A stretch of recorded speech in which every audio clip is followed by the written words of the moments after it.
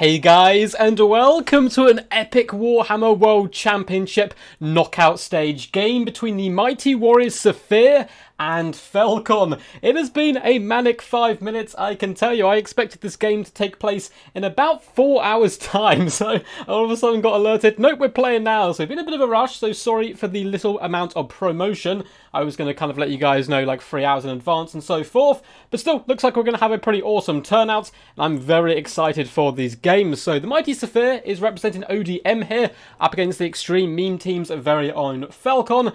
XMD, obviously, till we die. So right, first map will be Langwill. Let's move over to that map. And it looks like Saphir is going to be picking and banning first and all that good stuff. And the players get to pick their own maps as well. This is the knockout stages. There are no second chances. It is a best of 5. But as we saw earlier on a stream, I think about a week ago we hosted, some of the big guns have been knocked out. There's some certain underdog stories. But Saphir, it's a bit, bad to call him an underdog. He's a very talented player in his own right. We're going up against Felkon, one of certainly the favourites for the entire tournament. But we saw Soof get knocked out the other day, so, anything can go. And it looks like Saphir is most likely going to be going Greenskins up against the Norskins here. So let's get my chat up on my phone. As I said before, I'm heavily underprepared because I thought this was going to be taking place about 10 PM BST. But either my translation of time was wrong or I was given the wrong time. But let's hop up here, get you guys in chat. How are you all doing today? Looks like we have a few cool people in chat already. Yeah, I've got a load of people here already. Awesome stuff. So let's load up you guys on my phone. Ashdamos, I see you are coming in with the ducks. I will unfortunately have to give you a little timeout if you keep spamming them. So we are going to have to put you on timeout, but I think. But I do love the hype. So apologies about that. Damn, Saphir. Yes, Saphir here. What's up, Jay Phoenix for Poland? Loopy. Ryan Smith, aka Flying Taco, Shidoku, Lotus Moon, all the gods of war are here. I hope you guys are doing fantastic today. Sorry once again about the slow promo. So Saphir is going to be going Greenskins, banning Vampire Counts and Lizardmen, which is certainly two incredibly good bans. Probably the two of the worst matchups for Greenskins. Greenskins in general don't do very good whatsoever up against undead troops, and Lizardmen, honestly, 3 giant dinosaurs here can really crush the Greenskin hopes and dreams. Even if you go wide of archers, you still have to play incredibly well to stop your characters being sniped out. Looks like Felkon is going to be bouncing for you a few builds, trying to figure out what he's going to be doing to take down the mighty Greenskin menace. So once you get past Greenskins, you just can't pick them twice in a best of 5, so I'm sure Felkon will be very happy about that. And it looks like he's trying Dark Elves. Very interesting choice. A lot of people consider Dark Elves to be pretty poor in the current meta, but, fast moving, lots of range, can certainly do a big number over on the Greenskin side. So we'll let these guys build their builds in peace, of course, and chill out and chat and have a nice little chat with you guys. What's up, Valkanos? I caught your stream yesterday. Very awesome stuff. For those who don't know, Valkanos has been doing amazing coverage of the Warhammer World Championship so far, covering a bucket ton of games. So definitely go check that out if you want some more of the WWC action. I was just about to do productive stuff, but no! Yes, Warhammer is more important, of course. Every time Lotus gets excited for Warhammer, for the World Cup, it makes me happy. Hell yeah, man! I remember when I first started playing, or first had like a YouTube channel, I ran into Lotus. He was such a nice guy, and didn't abuse me too much with nobles either up against dwarfs. He picked some really cool stuff.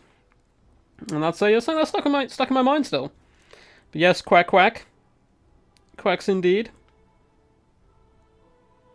Yes, let's get some hype. Who are you guys rooting for? Is it your boy Saphir or your boy Felkon? Let's see some ODMs or some extreme meme teams in the chat to help these guys get pumped up and focused. I've been really enjoying the Warhammer World Championships. I had to bow out, unfortunately, in the 3rd group stage, but still was an awesome time. And I'm already looking forward to the next one, which is certainly says a good kind of sign for the tournaments. Ready when you are, Tramp? Let's go. Looks like these boys are ready to rumble. Now, this could be a short stream, of course, because it's best of 5, so it could just be 3 games. Hopefully, we are going to get all 5 games, of course. That's the best way that these kind of events do take place. But we do have more streams to go anyway, tomorrow and the next day. I was actually going to do a different stream today, I was going to do a small champions clan war where I was going to contact a couple of clans and have them nominate a champion and then do kind of a 4-player flash tournament. I thought could be a fun evening, but you know, we can save that for a later time. Anyway, what's up, Caligar? ODM, screams Loopy. Nice to see. Go Saphir. Oh, looks like we've got a lot of Saphir fans here. Let's go. Yes, always rooting for the Dowie. So, let's go through the forces of the Greenskins first, and the might of Saphir, bringing them to the table. And we do have a Goblin Great Shaman leading the line onto his mighty spider, a particularly menacing model indeed. I love the little goblins on the side, coming in with the humble and vindictive glare, as well as don't even try it. But it looks like a lot of his winds of magic are going to be separated here. So we have the Giant Ritual Hag, also with Spirit Leech, and a Goblin Big Boss. Pretty powerful core in general for the leaders of the Greenskin forces, the Lords and the Heroes. For the main battle line is going to be Savage Orc Biggins, which is a little bit of a risky pick here because of their low armor, and as we spoke out before, there is mass range coming from the Dark Elves, but likewise there's a counter argument here that they're actually a bit better than going for the thick armor because the armor piercing is going to be wasted when they have 0 armor, but have the 25% physical resistance. Still, though, always going to be a bit scary having such expensive units up against a lot of range pressure. The AP Loons are in the back lines, as well as some Goblins and a Doom Diver Catapult. Pretty cool stuff there. More Night Goblin Fanatics. And of course, the standard Greenskin Skirmish Corps. Ton of Forest Goblin Spider Rider Archers into the sunset. Probably got some Wolf Riders in the mix as well, and some Spiders to back them up. Now, for the Felkon's forces here in the Dark Elves, we do have some Dark Riders, Repeater Crossbows lurking in the trees, as well as a Ferromanticore up in the skies. For the main battle line, we have Dread Spears dotted all the way along. Looks like we actually have double Blackguard of Naggarond. Hell yeah! The Dark Lord himself brings some bad to the bones infantry. These guys are going to be pretty good in this matchup. I can see them taking down trolls and faring relatively okay up against the Greenskin infantry. Looks like we actually have 3 units of them. Load more Dark Riders as well, so a big skirmish core trying to compete up against the enemy. And for the most part, what I've noticed from Felkon is that he likes to take a lot of mobility and try to out-micro his opponent, and certainly a good idea considering he is one of the best micros in the game. With a Supreme Sorceress on a Manticore of Fire, coming with Fireball and Burning Head and Arcane Conduit. I don't know if it's just me, but the Armoured Manticores look so badass compared to the regular ones. Always love to see them in action, but both forces going very wide, and I think there's a good chance of both players here. I like both builds. Particularly that Doom Diver Catapult coming in and sniping out Blackguard could be very scary. 20 strike Greenskin surprise. Oh yes. It looks like the guys are ready. Ready, saying good luck, have fun, and we will get underway straight away. What's up, more? Oh man, the hype is real right now. The hype is very real.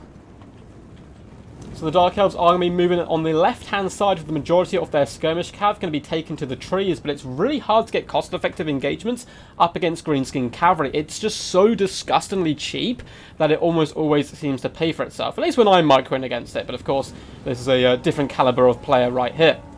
Forest Goblin Spider Rider Archers, I'm taking a few shots, because like Dark Riders have taken to the trees to try and avoid as much of the enemy firepower as possible, and the Blackguard are really going to be the damage dealers here for the Dark Elf forces. If they can get in there and tussle up with the big spider and other such units, they're certainly going to be having a fun day. And it looks like so far for the skirmish game, good discipline by both players, neither taking too much damage. A few volleys going off by both of them. Ferromanticore's also flying high in the skies, but a Vindictive Glare bursts through, clipping that Manticore and rampaging it. That's a disaster for the Dark Elves, because that Manticore is now just going to beeline it straight towards the Skirmish Cavalry and take a ton of damage. Looks like the Doom Diver Catapult is also settling into its stride. So, nice early pick there of the Ferromanticore from the Greenskins, if it does rampage quick enough into the enemy battle lines. Dark Riders getting very aggressive now, and the front line is engaged. Dread Spears, though, getting the absolute snot kicked out of them by the Savage Orc Biggins. It looks like the Night Goblins of Fanatics are going to be moving over to battle the Blackguard, and this is brilliant play if those Fanatics can go down the line. But a big Burning Head comes down onto Apex Loons. Very well dodged by Saphir. Good attempt, though, by Felkon. Dread Spears can be able to push these guys away. Dark Riders have been broken in the back lines, and it's looking a little bit sketchy so far in the early stages for the Dark Elves, but of course, when the Blackguard get involved, that's when it's going to get to the real bump and grind. Dark Riders being forced off on this right-hand side, isolated by the Night Goblin Spider Riders, and in the main fight, the Goblin Great Shaman is pushing its way through, trying to tear out and scare off as many units as possible. Blackguard starting to push through into the back line, though, can be able to apply some pressure to the Doom Diver Catapults. Looks like the Apex Loons have unleashed the havoc upon the world, which is their loonies, doing some nice damage to the Dread Spears, but the Blackguard have managed to avoid them and get in towards the back line, which is some real good pressure there from the Dark Elf forces. Savage Orc Biggins, though, do surround the Dread Spears, and these Blackguard of Nagron took a huge beating in the front line. Things looking very, very good so far for the Greenskin forces. Ton of skirmish cav still alive and active in the back lines. It's going to be poking and mimicking and laughing at the Blackguard of Nagrond all day long. It looks like Murderous Prowess has been popped off, though.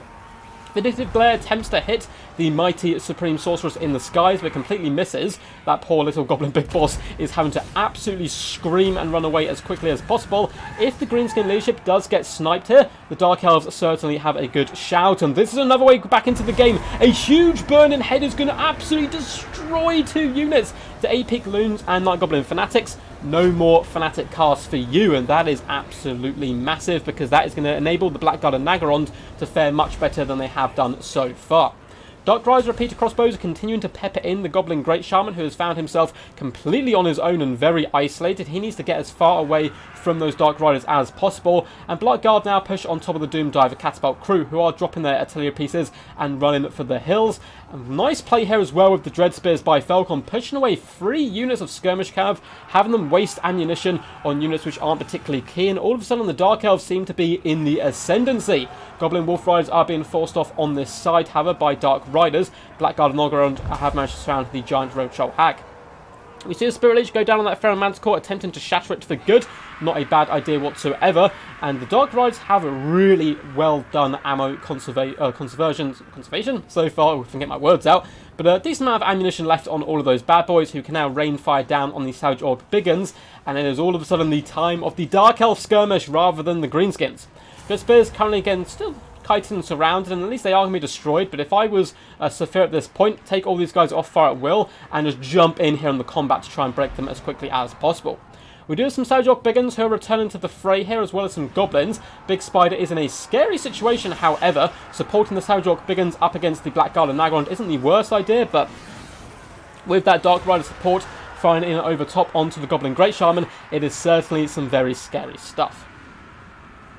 Looks like some of the little gobbos aren't able to force off the Dark Riders here, doing a nice job. A big Vindictive Glare is about to come in at the Supreme Sorceress, and it does burst through the trees and connects relatively well, doing some nice damage. However, there is a big counter punch coming down here, a burning head, and it looks like Saphir managed to notice it, but unfortunately cannot get out of way in time, doing some huge damage to them. It looks like it may even go over onto the Goblin Wolf Rider archers, who have run out of ammunition at this point. Balance power, for the first time in the game, has swung in favour of Felkon and the Dark Elves, although the Supreme Sorceress up in the skies is getting very scarily low. Giant Ritual Hag doing a good job, and the Supreme Sorceress, oh my god, only 890 health. The one weakness so far that Saphir has kind of fallen for is his ammunition hasn't been used up super wisely. If he had kept some for the late game, that Supreme Sorceress would be in big, big trouble. But as it stands, it is still neck and neck into the later stages of the battle. Looks like an Overcast did go down on the Goblin Great Shaman. It's a Vindictive Glare, and it slams into the flank of the Supreme Sorceress's mount, down to 285 health. She is going to be breaking, but likewise, so is the Goblin Great Shaman, due to the Dark Rider presence. Goblin Wolf Riders are trying to engage in combat. It looks like they're going to be swarmed and overwhelmed, however, by the Dark Riders, which is a good little engagement going there for the Dark Elves. Balance power still dead, even as both generals do flee. Let's have a little look. Minus 18 leadership here. As for the Supreme Sorceress, minus 19. It looks like most leadership's probably not going to be coming back. Savage Orc Biggins are still here in the fray as well. And the Greenskins dragging, screaming, kicking their way into the advantage once more, as Goblin Wolf Riders have been able to catch a lot of these units. Should be able to rout and chase a lot of them off as well. Savage Orc Biggins doing a pretty decent job. Goblins, just trying to drive off units where possible. We still have Dread Spears in the distance, and a couple of units of Blackguard and Nagrond, and oh no! 67 Blackguard in the distance, who did chase off a unit, kind of needed to be brought back into the main fray here. If the Supreme Sorceress can rally, there's certainly hope for that yet, and it looks like, though, Felkon is going to be bowing out. That was absolute madness. That was crazy! What a good game by both these players. So Saphir is going to be taking 1-0 here, but of course it is a best of 5. The Mighty Goblin Great Shaman, 1.8k damage value, very impressive work by him. The combination of the Vindictive Glare and the Spirit Leech really punished that Sorcerer Lord up in the skies. Goblin Fanatics, of course, did pretty decent work, and the Savage Orc Biggins across the board did relatively nicely as well. The Skirmish Cav doing some nice damage. Of course, the Doom Diver kind of got shot down rather quickly. As for Felkon, the Supreme Sorceress, I like the pick. 1,200 damage value is relatively nice. The Blackguard, though, really struggled here. One unit doing good, 1.5k, but the other two just getting hit down by Fanatics, and also one of them kind of being dragged out to the side of the battlefield. I do like the Dark Rider play, though. 1.1k damage value here, 800, 600. Some nice focus fire down on the Goblin towards the end. GG. Felkon says, well, I mean, that was a close one. I don't know, second map. I think Felkon chooses. GG's. Yeah, Saphir is really good, man. He got to one of the finals recently. Of one of my DBD tournaments. And yeah, he's a good player. So guys, I'm just going to take a little drink quickly.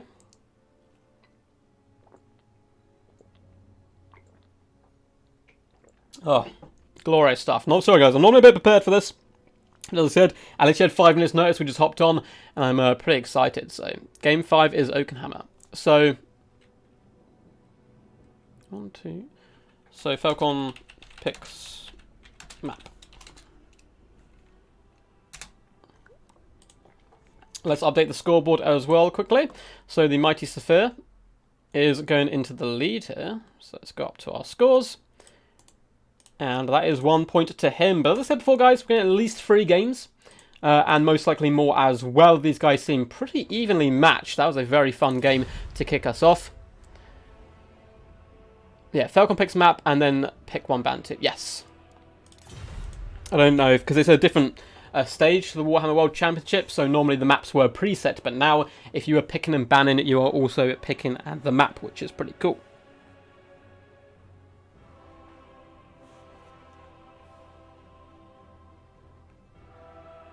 Saphir is too good, man. He's very good. Yeah, there was some good dodges as well, Mr. Taco. There were some very good dodges there. Pleasure to see you, J Phoenix. J Phoenix has been really awesome at helping organise a lot of these events over the course of the WWC. So certainly give them a big old high five if you see them. And scream J Phoenix's name in chat, of course. Yeah, Saphir was on fire for sure. He did very well there. But then, again, he has got his Greenskins kind of out the way. Which, I'm not sure who Saphir mains. Obviously, Felkon is a man of my own heart. He does love his Lizardmen, but is particularly well-versed in a multitude of different factions, which you have to be if you're a top-tier competitive player, because you get in situations where you're in best of 5s, you're on the 5th game, you can't just have 1 or 2 good factions, and that is the downfall for a lot of the kind of mid-tier players, particularly in competitions such as this one. But it'd be interesting to see how these guys do go into this next one. Oh no, is he a bit ill today? Maybe it's helping him focus. So it looks like River and Maxon. Cool. So it looks like Felkon is going to be picking River and Maxon, and that's his time to pick and ban. What's up, Caraduk? How's it going, man? Oh yes, Lotus. Everyone loves to be a Greenskin main. Apart from me, which is a downfall of mine, I'm afraid. I don't know what it is about Greenskins. I love them thematically, like lore-wise, they're very cool. I just don't really have the motivation to play them, and if I don't get the motivation to play something, I just don't bother. Like, there's, you know, at the end of the day, it's the game is here for having fun, so I'll play factions that I enjoy the most. Although I do like experimenting with other factions from time to time as well. Yeah, they're talking about the maps a little bit, which is all good. I mean, they had to get a huge pool of maps together, so I'm sure some of them will be slightly better than other ones, at least for the tournament plays. Felkon does enjoy some surprise picks. It can really throw people off guard as well, if they're planning to take on meta.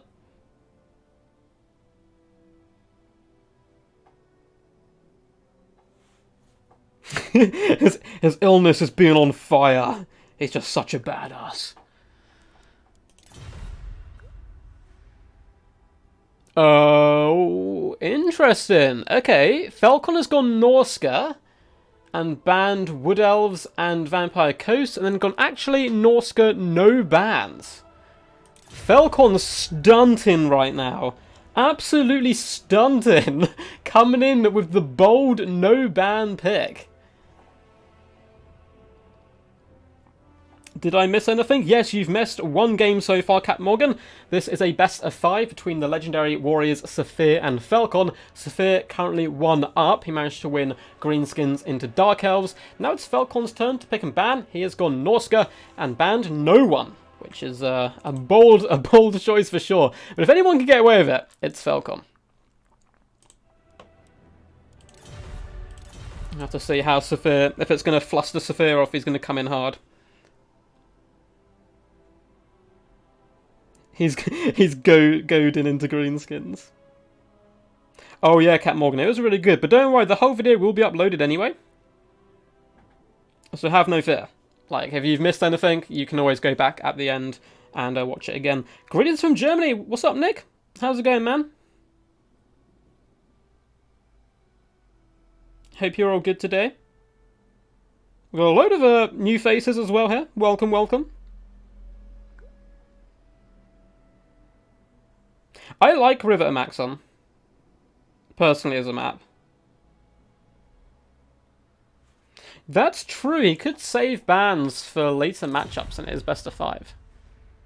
Oh, Lizardmen! So this is a matchup I have debated with so many people so many times about on which army it favours. Some will, on their life, scream it is Norscan favoured. I, for the longest time, would say it is Lizardman favoured. And I've ended up coming to the conclusion that it's probably roughly even. Because there's some really scary stuff you can do with Lizardmen. In fact, Felkon won many a tournament taking down Norscans by using the old triple Temple Guard bonus time warp Far's protection blob, and it is very scary. But likewise, Norsca have a ton of potential to drag that type of build down, mainly in the form of horsemen and javelins. We've also a good chance of seeing Frog here, I'd say. Saphir already has a build. Already and raring to go. Yeah, Norsca are one of those factions where they don't really have too many terrible matchups, or if any, so it's kind of fine. If you're going to do it with a faction, if you're not going to ban anyone, doing it with Norsca is a good shout. And I actually like Norsca as a first pick in tournaments because of this reason, as they're really flexible and can take on a lot of foes. Now, there's a few matchups I don't like personally with them. I don't like facing Bretonia. I think their cavalry is really annoying if your opponent knows what he's doing and he's cycle charging you down and kind of pulling through his own front line. But it's certainly still doable, like most matchups with Norsca. And I quite like them as a counter to factions like Skaven, which are very popular at the moment. Be interesting to see some Norsca versus Greenskin games. That'd be pretty interesting stuff. Will he take Nakai? Probably not. If Saphir takes Nakai, we may just have to give him the win.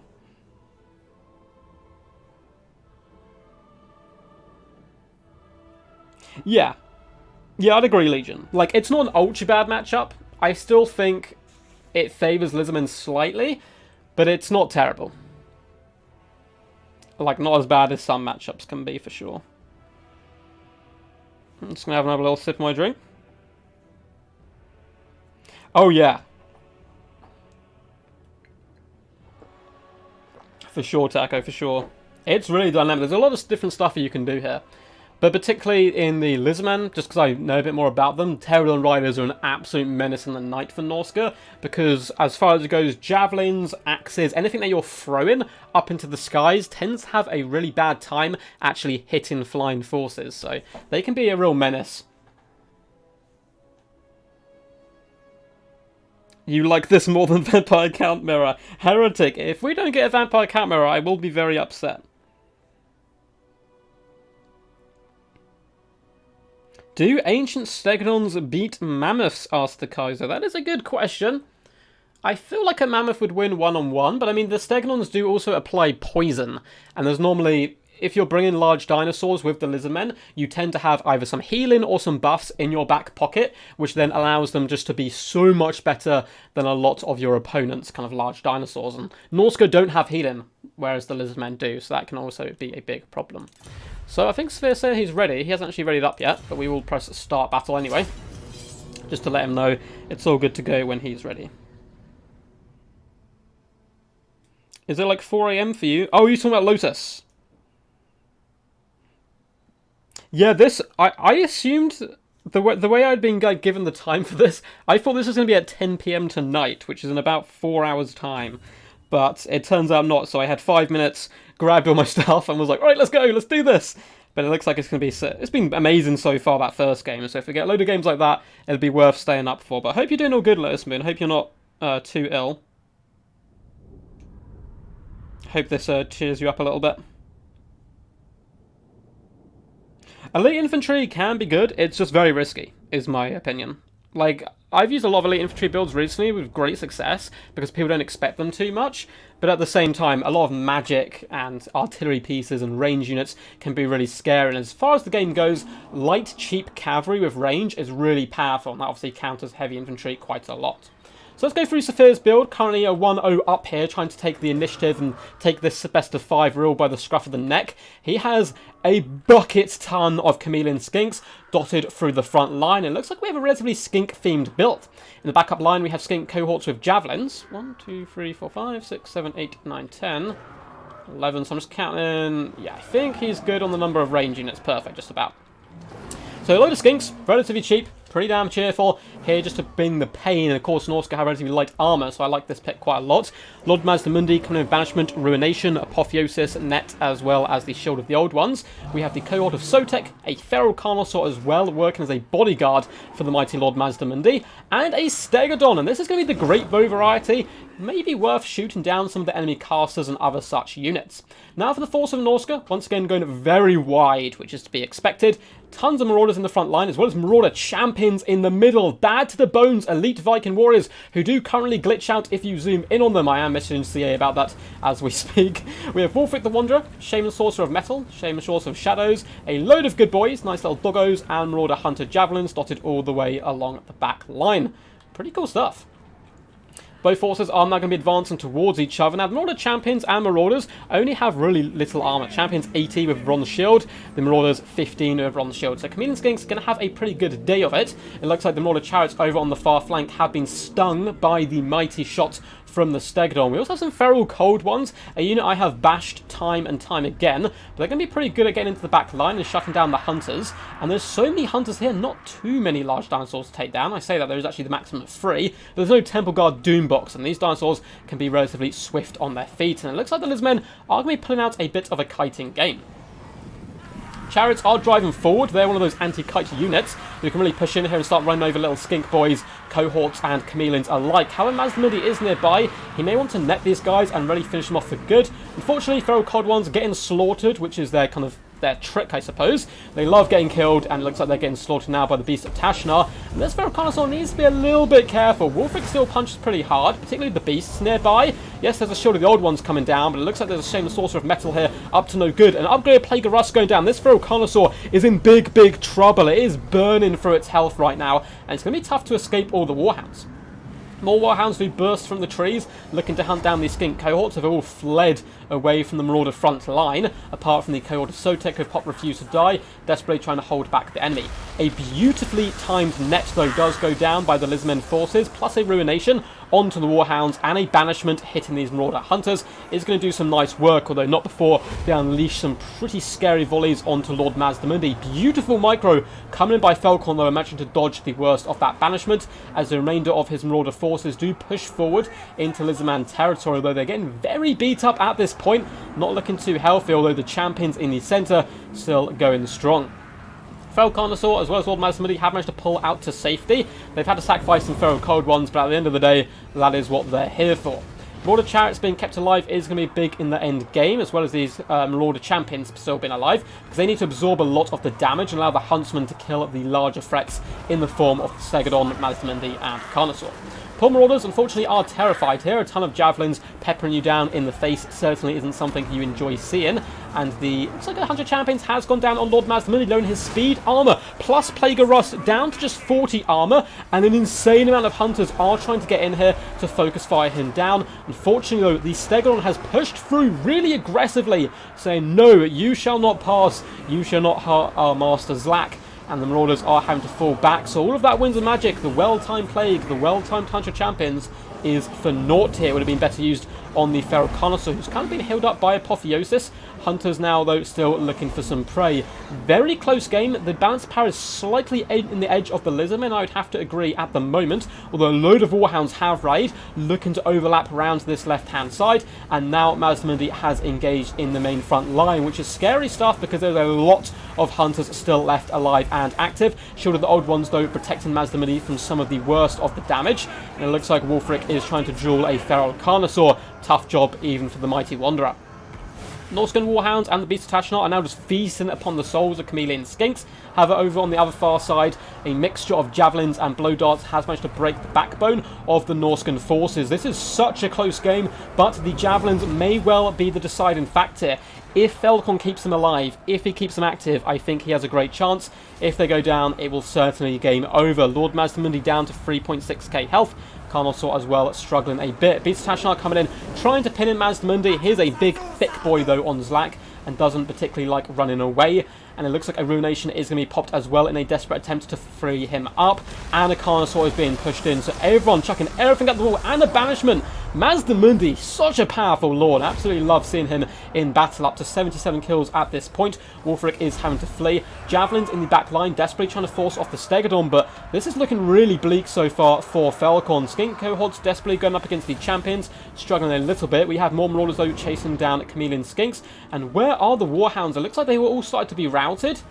Yeah, they're all kind of routing away or being used to try and pin in other units. Wolf the Ronderer has been hit by net of Amantok, but a well-timed Scroll of Shielding should save him. And a big Pendulum coming down the line, butchering Chameleon Skinks into massive damage there. Wulfric needs to survive, and it looks like that Feral Connoisseur may be going down. Javelins continue to fire in and pepper, and it's just in a big old flustercluck in the middle of shots. And it looks like Wulfric will be going down for the cost of a Carnosaur, which is very, very good for the Lizardmen all round. Lord Mazdamundi once again hit by Hunter Champions and Plague of Rust, but his ever-loyal Stegodon is always on hand to force back those javelins and try to break them off the field. And these three ones simply too far out of reach. They are focusing down the Stegodon, which is a good target, but it's looking a little bleak now for Norsca. Balance power is still dead even at this point. Shaman Sorcerer is terrified. Thamir Belfiend needs to flee and get out of here, and the Javelins still have decent ammunition. That's something I noticed about Felkon in the last game. He had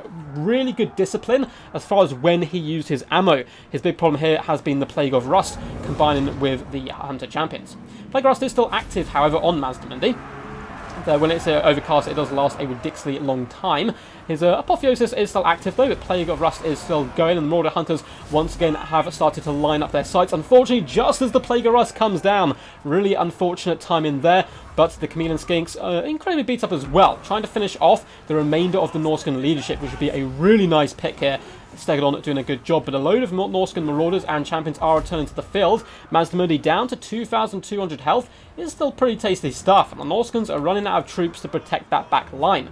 Skink cohorts being pushed back by Beasts of Tashnar for now. Likewise, Marauder Champions are going to be useful protecting. Stegodon, though, is getting really low right now. 1,300 health is nothing for a Stegodon. Chameleon Skinks, though, can be pushed into combat. They are relatively decent melee combatants in their own right. And it looks like that's just what Saphir is going to do. Apotheosis does come down on the Stegodon in a desperate attempt to try and save it. These champions and Marauders need to whip around now and form a blob in front of the Hunters, who are really struggling now. They're getting sandwiched between Skinks and Chameleons. I don't know who picked what in Saphir's breakfast this morning, but he is playing out of his mind so far. Marauders are pulling back in, and it is still disgustingly close. Hunters once again trying to pepper in Lord Mazdamundi where possible, but it looks like they're all starting to break. The lack of leadership on the field for the Norscans is a worrying sight. Marauders pushing in onto the Chameleons, and once again more Marauder Hunters are going to be focusing down at Mazdamundi. Looks like we're going to be getting a big fat pendulum come down the line on the Skink cohorts, catching them really well there. That Thamir Belfiend certainly needs a little bit of a promotion here. Lord Mazdamundi is going to be popping Apotheosis on him, topping his health up quite nicely. The Lizardmen are running out of troops as well that can be used to chase off routing forces. But with a Stegodon on the field and Mazdamundi, it is very scary. There is a bucket ton of terror. And with so many of the Norscan forces routing, it looks like army losses is going to set in. And a grimy, scrappy fight there, and it is going to end with a Pyrrhic victory for the Lizardmen. That was madness! That was madness. Such a close game. Mazdamundi just absorbing damage all day. 1.7k damage value, 14k damage dealt, 128 kills. Ancient Stable 1.9, Saurus 1.3, but they're all heroes here. Those chameleons, you can see across the board, getting anywhere between 600 to 800 damage value. And I actually really like this build coming in by Saphir. It's pretty off meta, but at the same time, just an unlimited amount of blow darts and so forth coming in. I'm just going to double check, because 1, 2, 3, 5, 1, 2, 3, 4, 5. Yeah, completely fine there. Felkon going wide once more, nearly pulling it back despite some early losses. The comeback was real, and keeping these huntsmen alive was so key. He just ran out of troops towards the end. My god, the damage value. 1.7k, 1.1, 1k, 800 on this unit, obviously suffering a little bit worse. Nice play as well by the Beast Tashnar to try and pin in troops where possible. Wulfric scrapping it out where possible, but unfortunately he does fall short, and that's going to be 2-0. So guys, this is a best of 5, so still possibility for more games to come, but as it is, Saphir has taken the driving seat well and truly settled. That's a kind of shotgun that seat there, and is going to be taking in a heavy advantage. Felkon now needs to win 3 games in a row, which is scary, of course. So let's obviously let these guys decide their map. I believe Saphir does get to pick and choose again. Yes, best of 5, Quack, best of 5. What's up, Alpaca? How's it going, dude? Yes, Logic. I don't know if you've missed the start. We are currently 2 games in. Saphir playing his heart out here. And honestly, Felkon playing amazing as well. Both those games so scrappy and could have gone either way. Looks like Saphir is going to be falling back onto Bretonia. Banning Greenskins and the Dwarfs. And he is choosing the map. I would certainly go Lizardmen here if it was me. If I'm on the back burner, I'm going my favourite faction. And I'm just going to swing back as hard as possible. If you get to this point in a tournament situation, you're 2-0 down, I think the best thing to do is go back to your basics. And just play a nice, simple build that you're happy to play. It is best of 5, yes. It is best of 5. Iron Sand Desert shall be the map. I like Iron Sand Desert, it's a good map. Let's make sure I have updated the score correctly. Yes, I have indeed. Gojira is content better than me there. Will Felkon activate the comeback mode? Or will Saphir sweep? Find out next time on a Rubber Ducker War. Glad you're doing good, man. What's up, Fistek? How's it going, bud? And Super Munchkin? Man, we've got a load of new people here. Hope you're enjoying. If you are new to the channel, by the way, feel free to stick around. We do drop Total War Warhammer content every single day, as well as, streaming a couple of times a week. And yeah, have a good time. Have a good time for sure. And if you guys are enjoying the stream, by the way, I had like a real limited time to promote this because I thought it was in about 5 hours time. I had about 5 minutes. So feel free to hit that thumbs up button if you are enjoying it. It helps push it out to more people and we can try and get them involved in this historic game here between Saphir and Felkon. I'll be right back. Need a glass of water. No worries. Felkon is going to be going Lizardmen. So I'm still expecting to see an insane number of bowmen coming in from Saphir. Just a load of peasant bowmen into the sunset, King Leon Lernker up in the sky, a load of Questing Knights, and just cycle charging down the Lizardmen forces. Now, there's a few different techniques Felkon can do here to try to counter. You probably need Pterodons. Pterodons, I think, are really big in this matchup.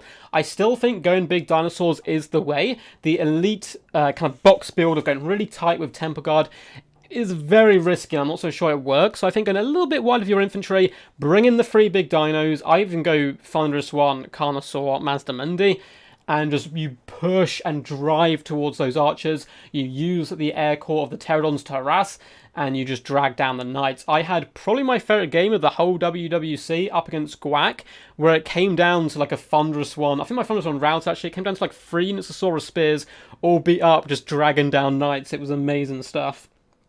What's up, Mr. Blackthorn? How are you doing today?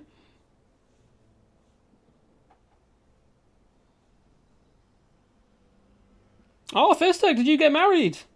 Congratulations, man. Well done. Quack, quack, Blackthorn, says Mr. Logic. Man, I hope this goes to best of 5. I really do. These games have been insane. These games have been real good.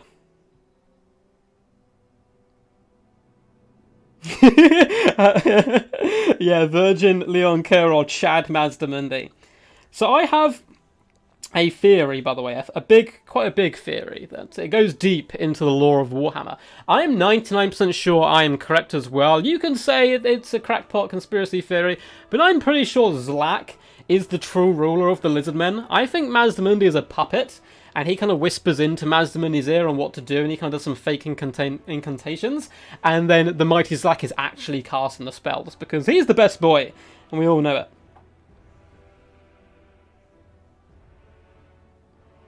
People just don't want to seem to win. Oh, Ancient Sally. I love the Ancient Sally. Hey, Ancient Salamander can be good now and again. I stand by that. I like it against high elves and stuff, if it doesn't die instantly, which, you know, happens to a lot of my units, but if you can keep it alive away from range, it can do huge, horrific burst damage. So here we go, guys. Could honestly be the last game of the stream already. We have not been streaming for very long at all, only about 40 minutes so far, but if it's a 3-0 sweep, it's a 3-0 sweep. We may have some other replays, maybe from the Warhammer World Championship. I don't know if there's, like, anyone who's helping promote the World Championships, but if there's any replays which have been played today and no one else has cast, feel free to PM me them. Don't be silly, it's Nakai. Yeah, don't tell the people Bob Trash about the Ark of Sotek. We can't let them know. We cannot let them know. So Saphir, coming in strong so far, is going to be bringing the double-filled trebuchet, which I've seen a lot of players do. And what he's going to do is he's going to deploy his army in a ridiculously spread out formation, so the Lizardmen, who tend to, on paper, be a relatively slow force, need to lug their way across the hot heat of the desert to try to shut them down. Load of peasant mobs in the front line. Honestly, I don't think it's a Bretonnian build unless you have a bucket ton of peasant mobs leading your ghostly hordes, or knightly hordes, I should say. We have a load of men-at-arms with polearms as well. Going to be pretty decent anti-large troops. Couple of knights, questing knights in the backs. Looks like just the two, though. We have the Green Knight. What is this madness? I love it. Okay, so we have the Green Knight, we have an Air Corps, we have Pegasus Knights up in the sky. Of course, we have the Fey Enchantress and Gotrek, who's a very good pick here. What an awesome build coming in. 2 Pegasus Knights, it would seem, up in the skies. Not super off-meta, but no Peasant Bowman. That's going to be really nice stuff, and it kind of looks like it's good news all round, though, for Felkon, because he hasn't had the Pterodon Riders. Ton of Chameleon Skinks dotted through the front line. Looks like he's going to be playing Saphir at his own game. Skink cohorts in the secondary line, as well as the cohort of Sotek. We have the Thunderous One! Let's give him a little neck rub there on him. Make sure he's doing all good. We have a Riv Crystal, my boy, and Lord Mazdamundi. Apotheosis, Harmonic Convergence, and Net of Amantok. He's going to be pretty mean all round. Let's see. Does this give you magic damage? It doesn't. There's not that much magic damage on display to take down the Green Knight, which is very scary stuff. In fact, I don't think there's any magic damage here. Oh no. That could be a big problem. Rocks are going to be unleashed here, but they don't really have too many good targets. Looks like Felkon decided instead, you know what, if you're going to play the Trebuchet game, I'm going to be prepared. I'm just going to come in with Skinks, and you can throw rocks at us all day. Skinks will fight in the shade. Chameleon's starting to burst forward, and that Green Knight is going to be a nightmare to deal with. Pegasus Knight's only 80 armor, which is pretty impressive stuff, but can still certainly be dragged down by consistent firepower from the Chameleon Skinks. Now, my one big problem for this build in general of the Bretonnians, do they have enough to take down 3 large dinosaurs? I mean, they've got Gotrek, they've got all the knights. It's going to be a close one for sure. Chameleon's currently continuing to pour shots in. Oh my god, and considerable damage to the Green Knight there. Of course, though, we'll be able to get healed up quite nicely as well. And the Lizardmen's simply walking through that front line. Have a Fate is here now, as well as Gotrek. Thunderous One needs to be very careful not to get engaged too long into that.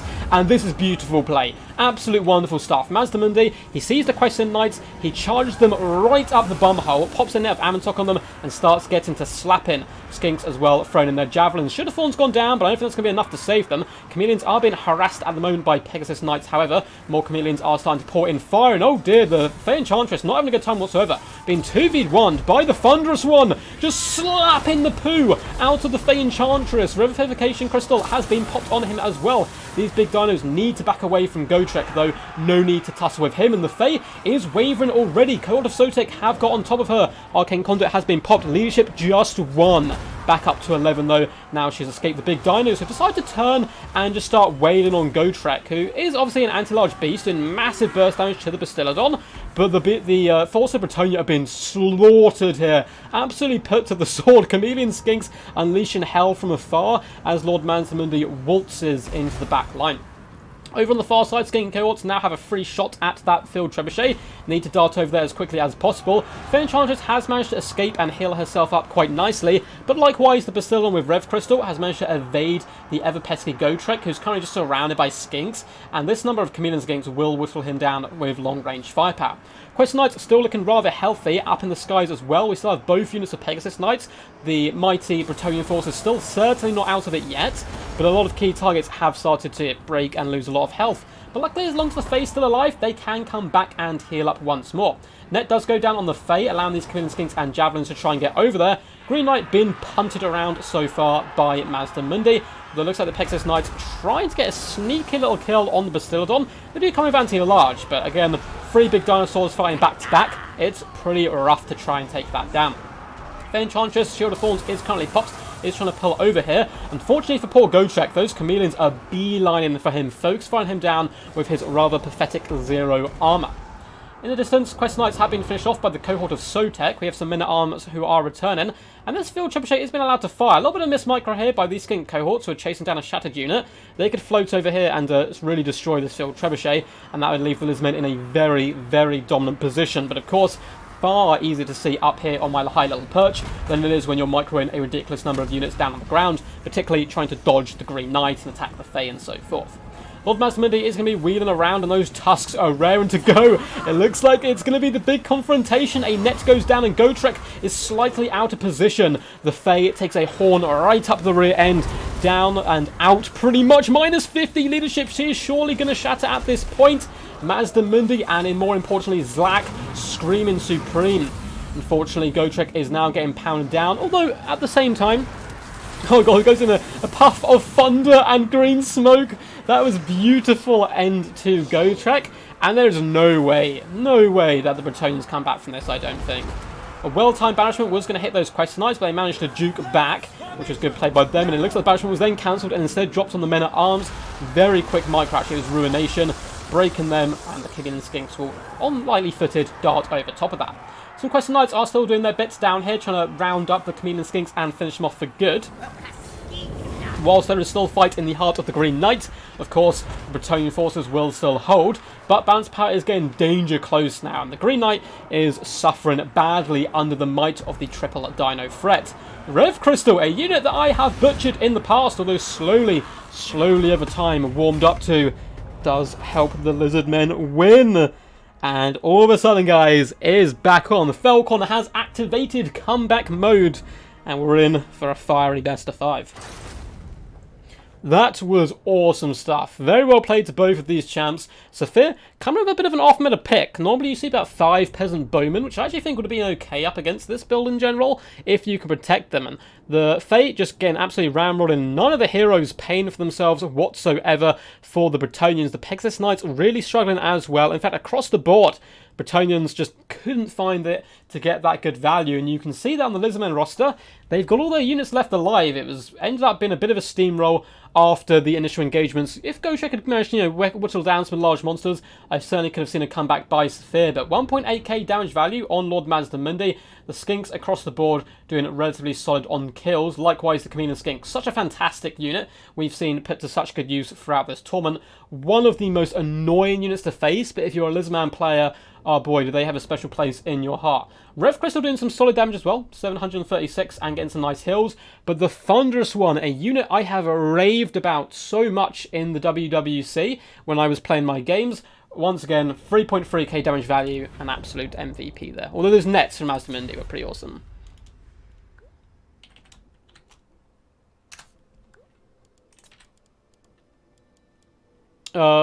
Is it Eastern, straight south?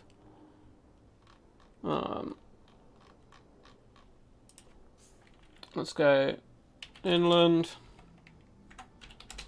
north, or south. There we go. I don't know how I feel about this map. But we'll have to see what the guys say. Yeah, GG's, man. And so it begins, says Ad. It does indeed. Yeah, man, the best of five's back on the menu. Yeah, Saphir was expecting the box build. He was expecting the traditional. Hey, what's up, Xenoth? Sorry if I'm pronouncing your name wrong. Ex-Nefo is what I'm going to say as well. You're a person in my group, I believe, one of my games. It was really awesome. Go Trick, I fear no man. But that, points at Zlak, that scares me. Well, let's see what the guy's saying. One of the deployments is like a bit more elevated than the other, if I'm correct.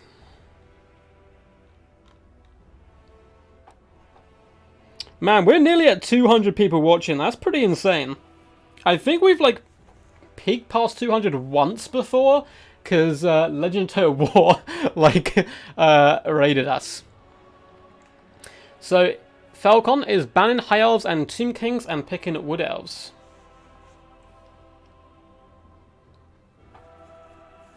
Would you like us to load in the map to have a look before battle? Just in case these guys don't know the map too well, I'm happy for them just to both pick like no armies or just pick a lord. It looks like Felkon's happy, okay. And we could have just loaded in so you could see the map. Cuts the skinks. It scares me. Oh man, yeah, blow darts are pretty nasty. There was a lot of dino on man buggery, oh for sure, Justin. Interspecies relations is good between Lizardmen and Bretonia. I said it right the last time. Oh, perfect, man. I hope you're doing good. We had some really awesome games. Can you show me this Toothgrass Hill? Yes.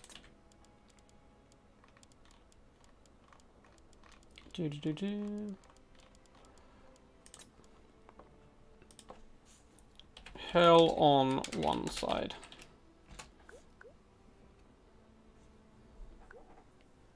This one is better. Cool. Yeah, this is actually a relatively competitive map, Toothgrass Hill. I've played it in tournaments quite a lot. Looks like Saphir is going to go Empire, an old school classic to Total War Warhammer 1 factions. Of course, the Wood Elves were DLC, but it's a scary matchup for Wood Elves. I still think this favours Empire slightly. A lot of cost-effective cavalry, but it's, certainly not terrible. Maybe we'll even see, I hope Saphir goes the double fire Hellblaster strategy. It's so risky. If you're against Wood Elves, you can snipe your artillery from a relatively long range, but what you do is you get 2 Hellblasters, and you get a Warrior Priest with the Fire Banner, so it gives them fire damage, and if you've brought Durfu, or any big trees, they all die in a matter of seconds. Looks like Saphir is ready to rumble. Did I upgrade the scoreboard? I did not. Bad ducky.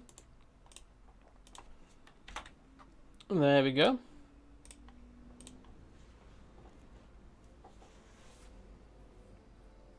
Oh no, man! I want to see it. I want to see it go all the way. I'm obviously neutral in this, but I want Felkon to win this game, so we get the 5th game. Oh, definitely. Wood Elves have been strong this tournament. Wood Elves are very powerful, I agree, but they did get nerfed partway through the tournament, which is rather unfortunate for them. I actually managed to win one of my games because, but like the pre-nerfs, we played it literally like the day before. This isn't the right map, Melon Lord. Wait, what? No, which map do you want, Felkon? This one or this other?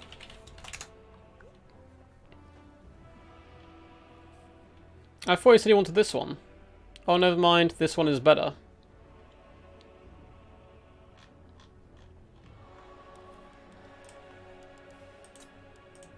Hopefully it's on that. Hopefully that's the right one. Yeah, game 5 logic. I won game 5 for sure. Oh hell yeah! We broke the 200 mark. Glorious stuff.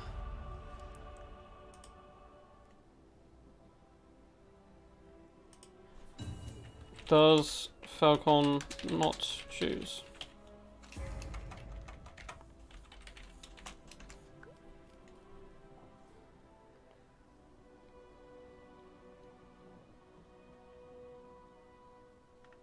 Let these guys sort that out quickly.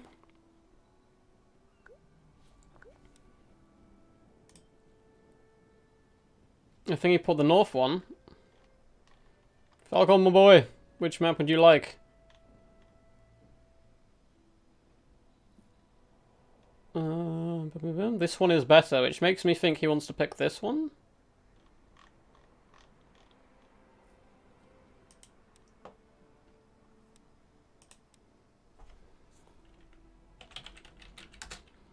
Do you want Toothgrass Hill or Eastern Straits?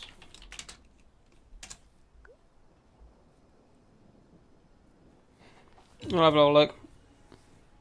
He's just readying up. Let's see if I can send a message on Steam.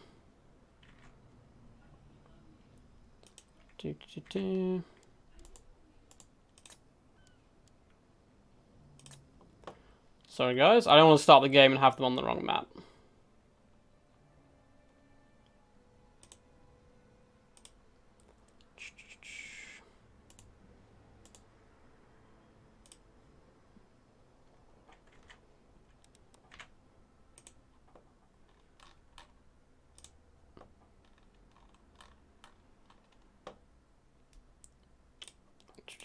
Hey bud.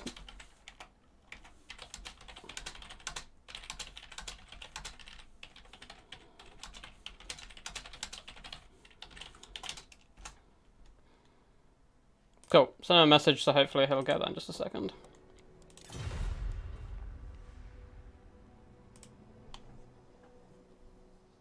He might be tunnel vision in. Yeah, he might do.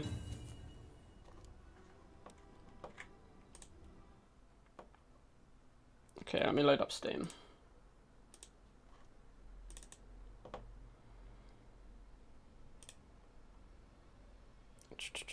Free friends list.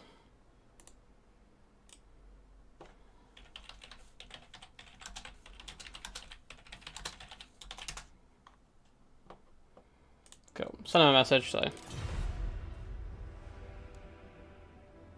I see map as Eastern Strait Island. It's on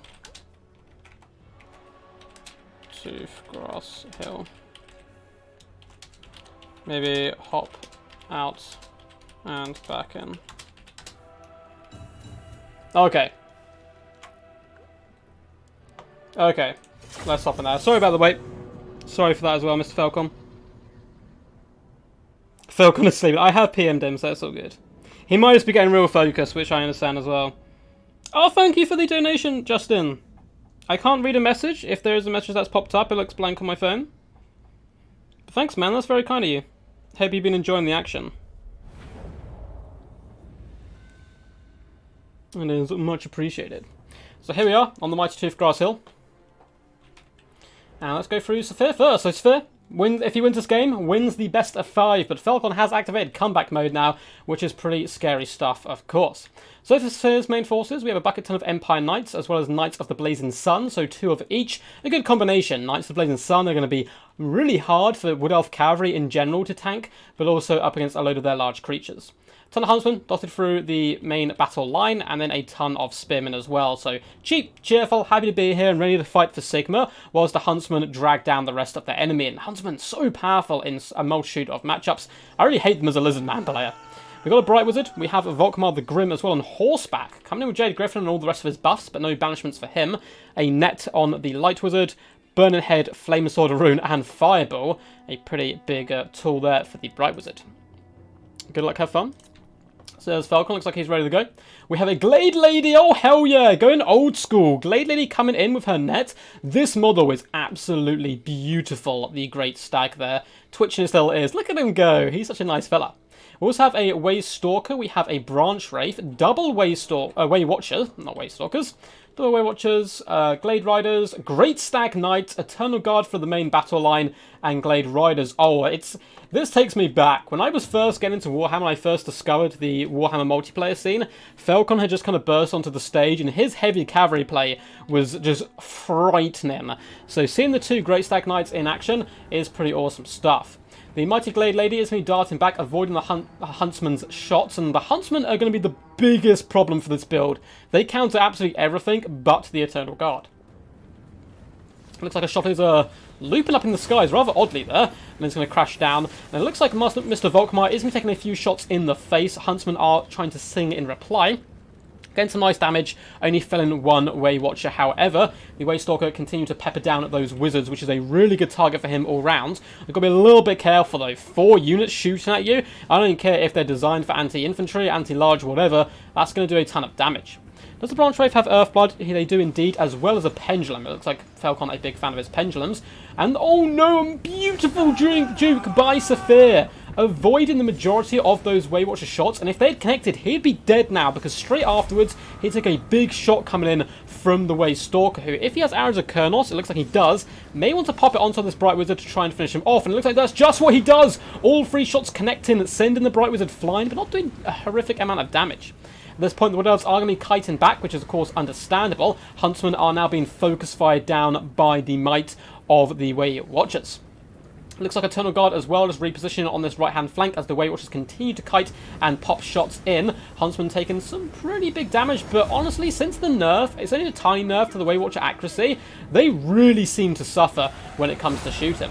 Glade Lady has been caught by a net of Amantok, relatively well timed as well, so his Huntsmen are going to be lining up, and the Knights of Blazing Sun are engaging. This could be a dead Lord straight out of the gate. The Glade Lady as well bounds into dangerous territory. The net has come off now. It looks like it may be a tiny bit of a trap, or at least try to convert a bad situation into a good one, as the Pendulum comes down, but it goes through the thinnest part of the enemy battle line. Eternal Guard are now engaging up against the might of the Empire Knights. As well on this flank, Empire Knights have been hit by a net of Amantok.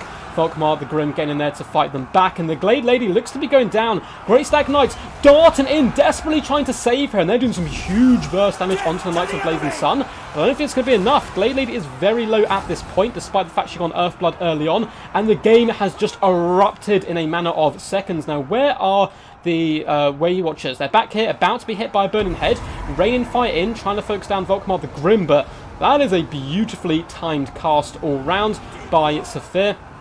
Volkmar the Grim as well, having a good time up on the high ground. Great Stag Knights around running into Volkmar. More Great Stag Knights as well, moving forward to try and engage.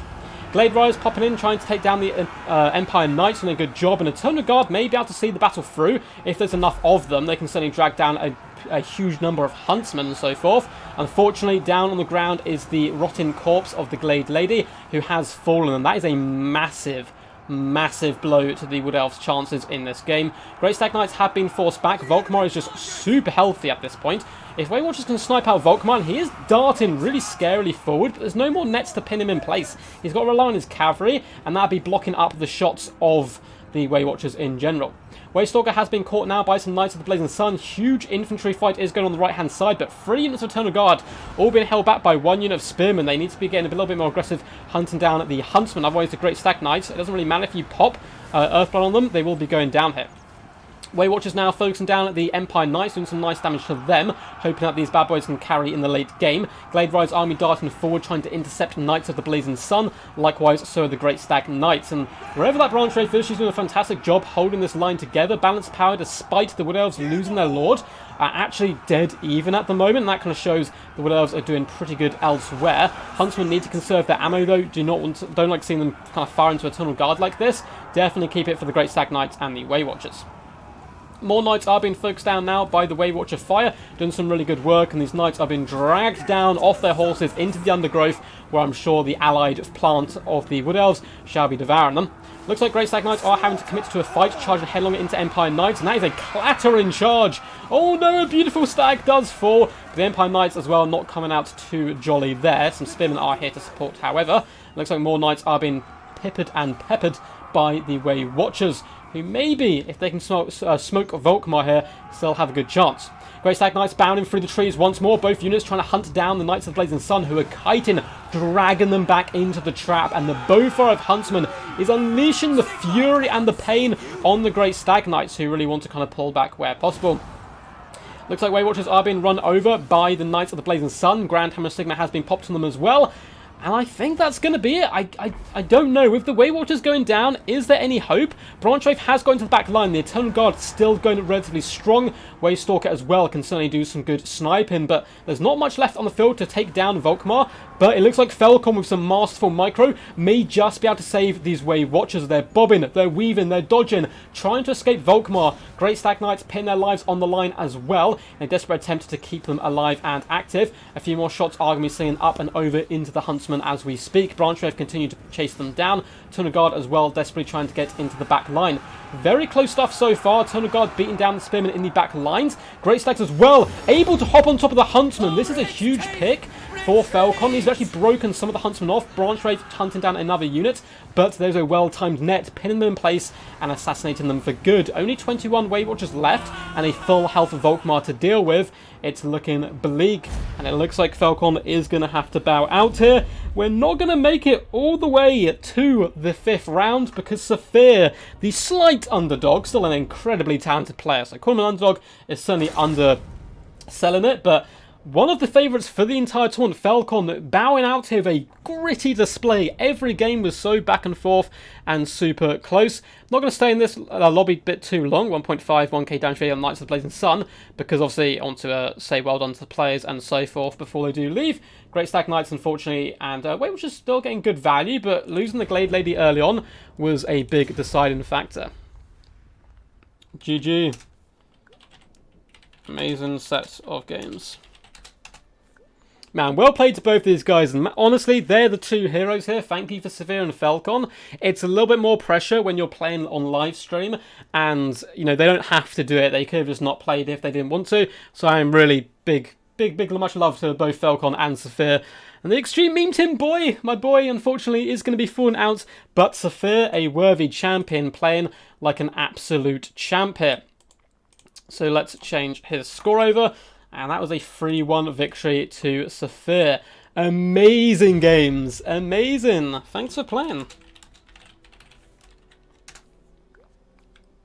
Well played.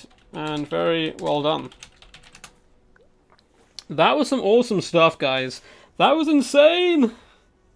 Yeah, GG's Felkon, man. Felkon played like an absolute champ. Both these guys played insane. Massive shout out to both of them. That was crazy. I think if the Glade Lady doesn't get sniped there at the start by the net, I think the Wood Elves have been in a really tasty position because they could have netted Volkmar when he overextended multiple times and finished him off with the Way Watchers. But likewise, Saphir may have played slightly differently if you know, the Glade Lady was still left alive and on the field. So a good attempt there by Felkon, but at the end of the day, Saphir will pull insane. Yeah, 203 views. Thank you guys so much. That may be our biggest ever stream. Hello, I look you in France. Well, hello, bonjour, I suppose. Thanks for the cast, no worries, guys.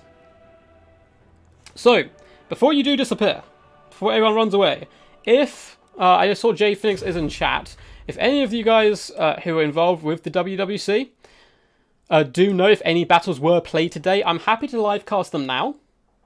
But, of course, if, you know, they were played yesterday and so forth, they've probably already been cast like on other channels and so forth, and I don't want to recast stuff people have already seen, so we'll give it a couple of minutes to see if there is going to be any more games.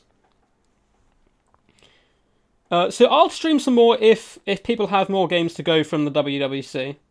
If not, we'll call it a night, and I'll be doing a stream tomorrow and a stream the next day. I've got some early access footage for you guys on Friday, which is really exciting stuff, and tomorrow I think I might be doing a stream with my housemate as well. Yeah, Lotus, if you and Shidoku have played and want to send me the games, feel free. But, you know, it's up to you guys. Do you guys want to see more games? That's the big question. I know people kind of came for the Felkon versus Saphir game, but if you guys do want to see more, I would love to host some more.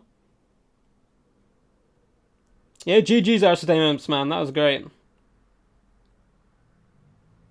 Yes, Taka, I'm allowed to say, I'm 99% sure I'm allowed to say, but early access for Rome Total War Remastered, which I know isn't to everyone's liking. I know a lot of the fantasy fans and the classical fans don't necessarily see eye to eye all the time, but it's really exciting. I'm going to be doing something a little bit different as well that I don't think anyone else has done yet with the early access, which is really exciting. I need to double check to make sure I'm allowed to do it all, but it's certainly going to be some good fun. So yeah, Lotus, if you want to send over your replays to me, just in a personal message of your games versus Shidoku, I'd love to cast them, yes.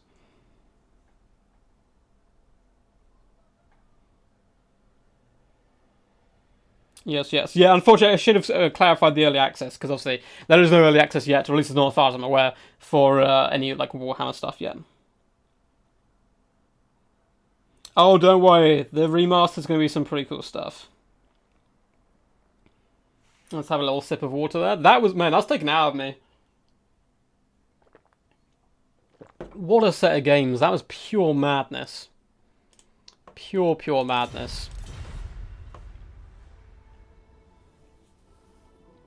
One sec. Yeah, no worries. Aristo, you've been warned about your ferocious usage of ducks. I shall get out to the Banhammer or Petersburg to Petersburg. We'll have to put you on timeout, bud. But yeah, we went for about, what, an hour there? I think that best of 5 took. Got in pretty good time. Both players just focused, raring to go. And yeah, the micro by both players is just... I'm like, oh, you know, I can tussle with a lot of the, you know, decent players in tournaments and stuff. And then you see something like that and you see it from a perspective where you can dart around the battlefield and kind of take in everything in one go, and I'm just like, yeah, no. My micro is not on that level there.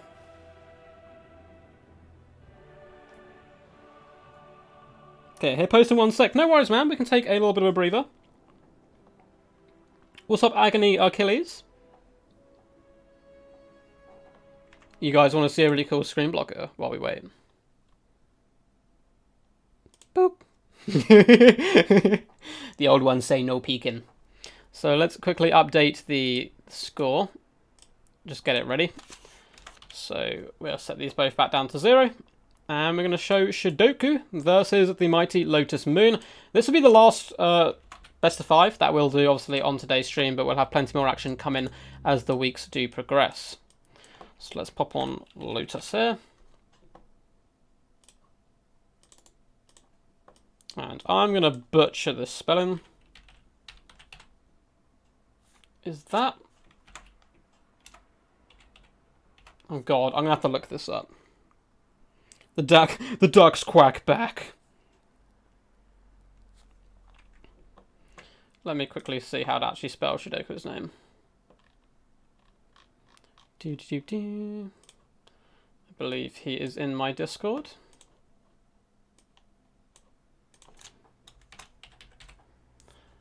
I think I got it right. Oh, no way. Me and spelling normally go horrendously badly, so let's pop that there. And get the name a little bit better. A little bit better position there. Awesome stuff. I should probably take this down for now.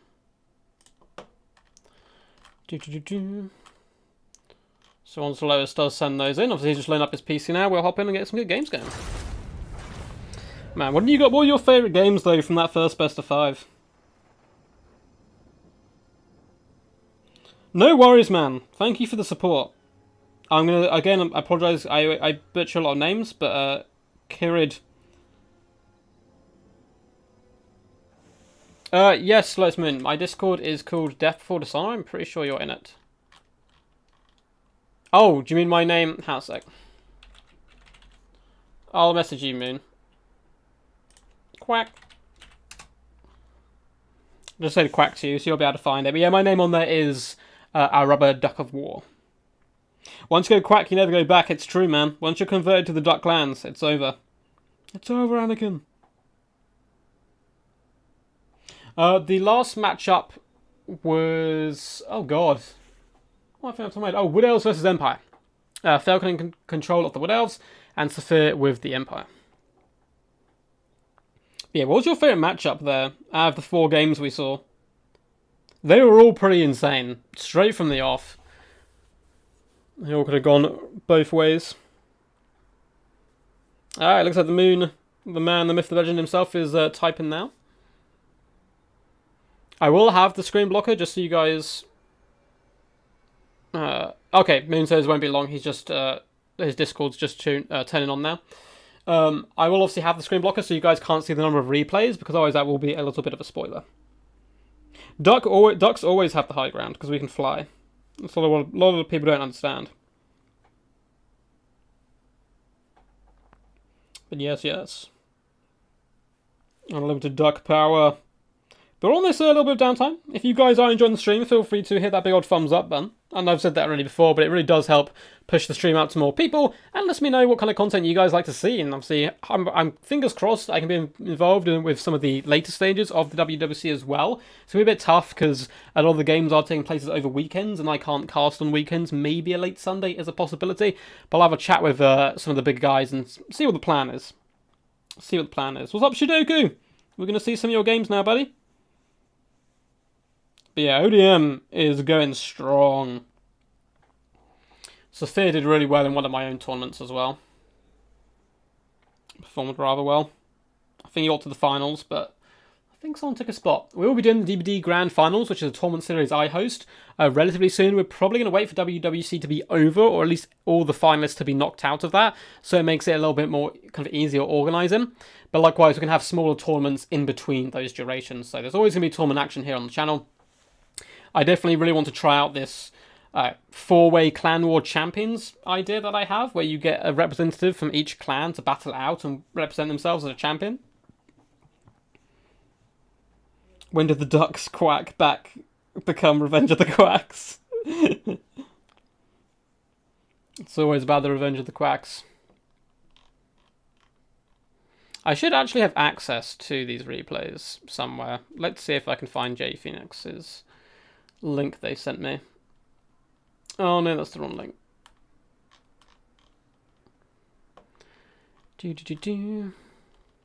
Oh, it doesn't matter. Lotus Moon has sent them to me now, so let's download those quickly for you guys. Should only take 2 seconds. It's actually really easy to download games. I just need to save them and then like move them across to the correct folder.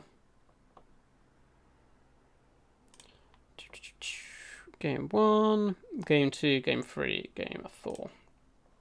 Game 5. Awesome stuff.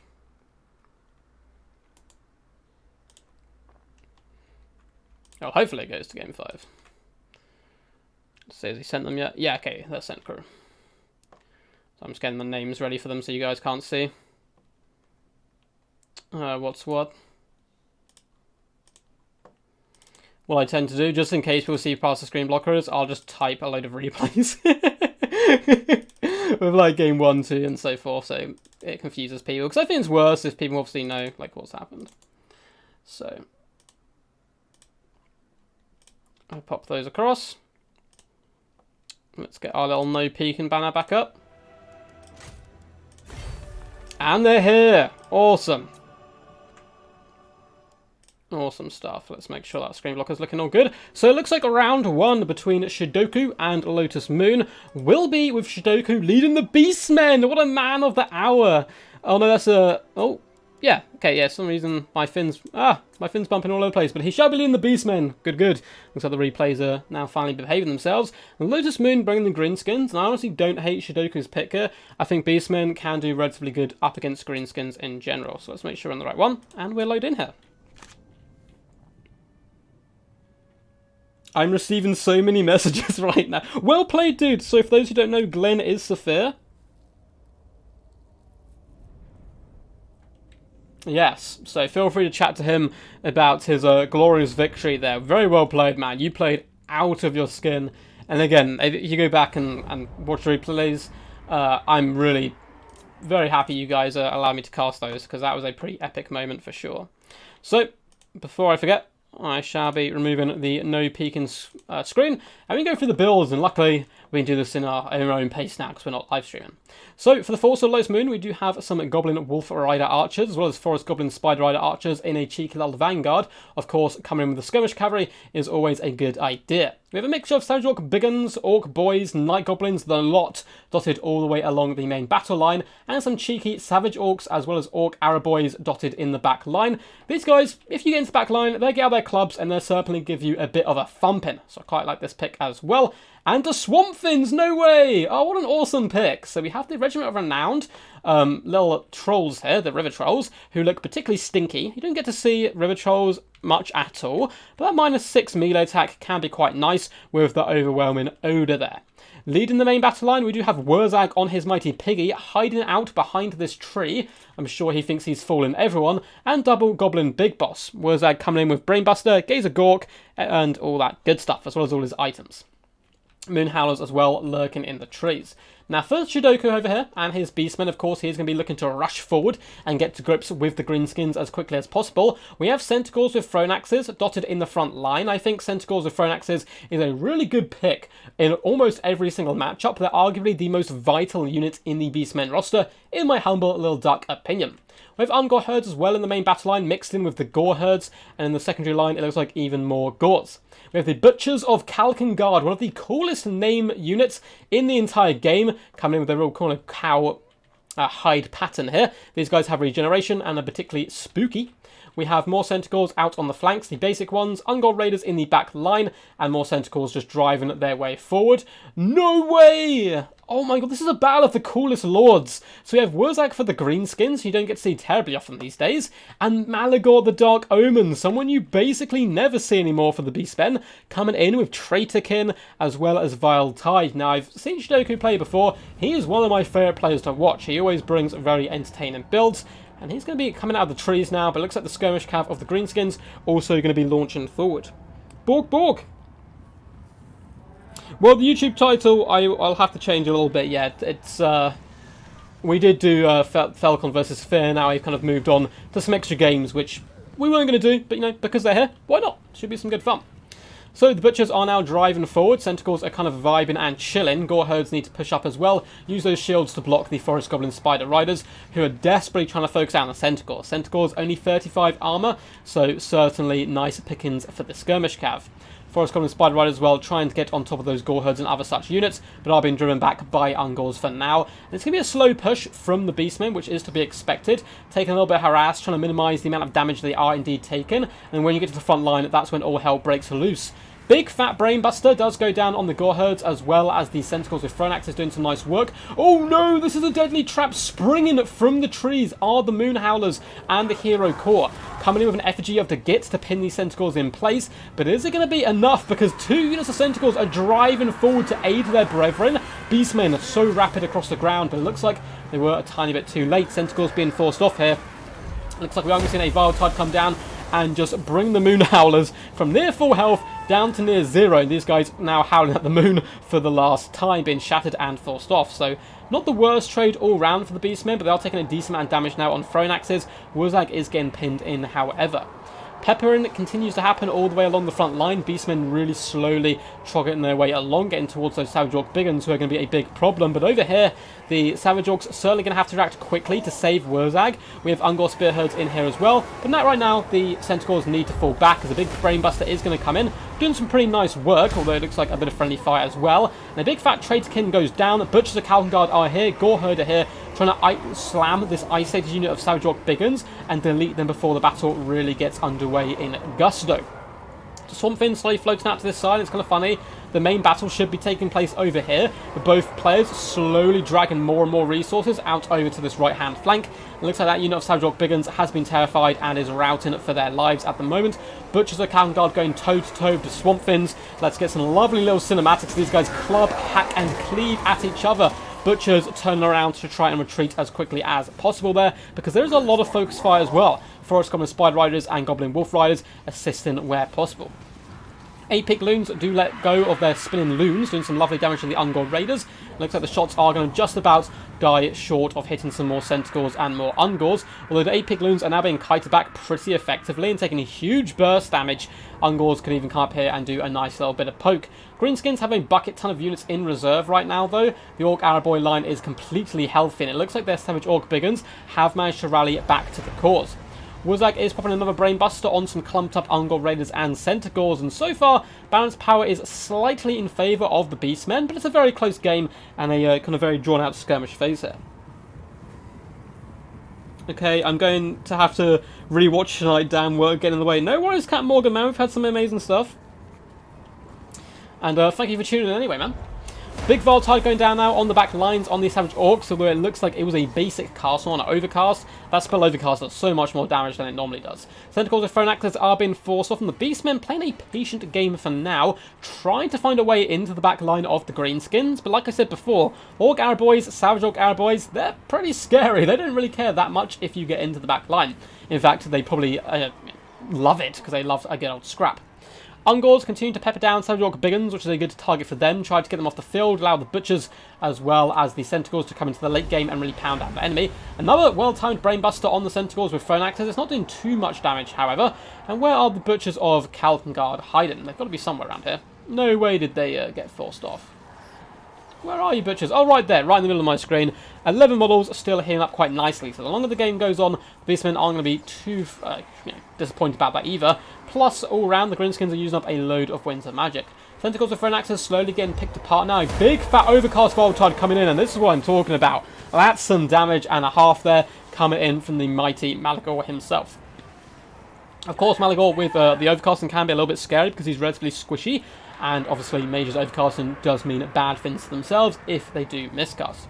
Apic Loons are pretty much spent at this point, probably out of the Loonies as well. Once you get below, it's either 25% or 20% hit points, you no longer can cast those Spinning Fanatics, which is a big downside of them. Goblin Wolf Riders are now falling back. Once again, continue to poke down the Centaurs where possible. This is a really tactical, slow game. It's going to be pretty interesting to see how the other games go as well. This is like an opposite of what we had earlier on with Felkon and Saphir, where they were just butting heads straight away, getting real aggressive with it. Goblin Wolf Rider Archers and Orc Araboys have been hit by a Voltide. A lot of these guys now in a murky magical grave. Looks like we did have some of the Loonies left, swinging now effectively through. Ungor Raiders continue to use up their ammunition. They've got plenty left in the tank, whereas the Forest Goblin Spider Rider Archers less so, although the Savage Orc Araboys, as well as the basic arrows, do have far more in the tank. It looks like the Beastmen starting to mobilise their forces. Butchers of Kalkengard floating out over this side. Tentacles as well pushing forward, trying to throw in axes on key targets where possible. But it's pretty scary with so many Orc Araboys here to intervene and do some damage back.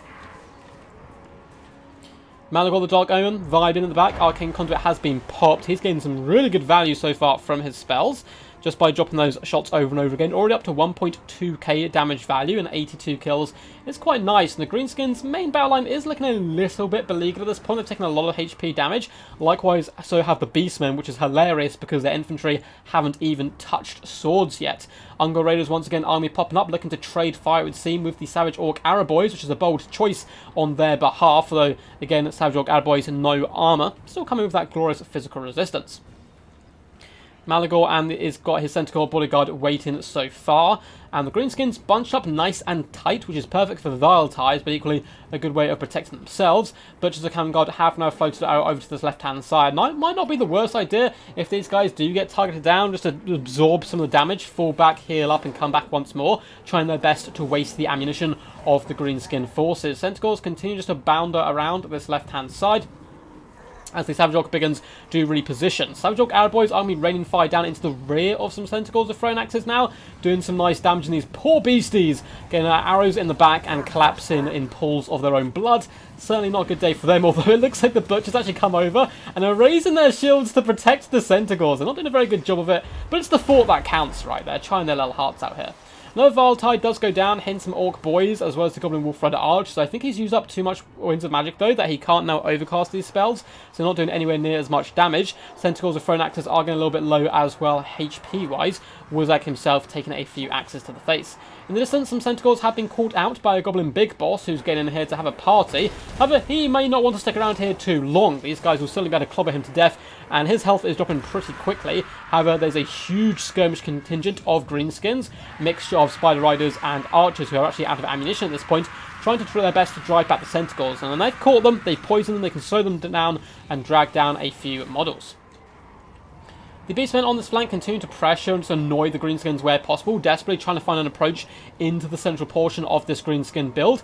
Ungor Raiders now starting to dwindle on their ammunition, but continue to fire in nonetheless, doing some okay damage as well. And finally, after 8 minutes into the battle, we get our first frontline engagement. No! Ungors, no! They decide to take it, and you think, you know what? Actually, we haven't chilled out enough yet, and that's actually beautiful play here coming in as he's just dragging another unit out of position and just obliterating it with a ton of shots in one go like he did early on with the Savage Orcs. Over on this flank, Savage Orcs once again are terrified. The Swamp Fins do move into fight, but so are the Butchers of Kalkengard, and now most of the ammunition is used up in the Greenskin forces. The Butchers are going to be a terror in a night, probably what Shidoku was thinking about this battle. Tentacles are now floating in as well, and it looks like their battle is well and truly underway. All 3 Greenskin characters are focusing on this flank. There's no Savage Orc Biggins here to assist. Orc War Boys are pushing through, and the Swamp Fin Menaces are here, but Butchers of Kalkengard mean business. A lovely cast to get back here is going to increase the lads and morale of the troops. Brainbuster goes down, although it does probably just about as much friendly fire to these Orc Biggins as it does to the Gore Herds. And this is looking a rough situation now for the Greenskins down here. Tentacles are pushing forward, going in for the combat charge. No, they've actually stopped just short of to do some nice damage, but a Valtide has come in. These guys are going to be ramrodding their way into combat onto the Orc Araboys, shutting them down for good. Butchers of Kalkengard, still 7 models left, pull back to regenerate a little bit more, and the Greenskins, pouring a load of resources into this flank, have managed to save the day over here. Malagor the Dark Omen finally getting in there for a bit of fisticuffs, doing some decent damage to the Goblin Wolf Rider Archers, doing some nice work. So I'm panicking now about the screen block. Every time I use the screen block, I'm like, is it still up? But I'm pretty sure it's not, so it's fine.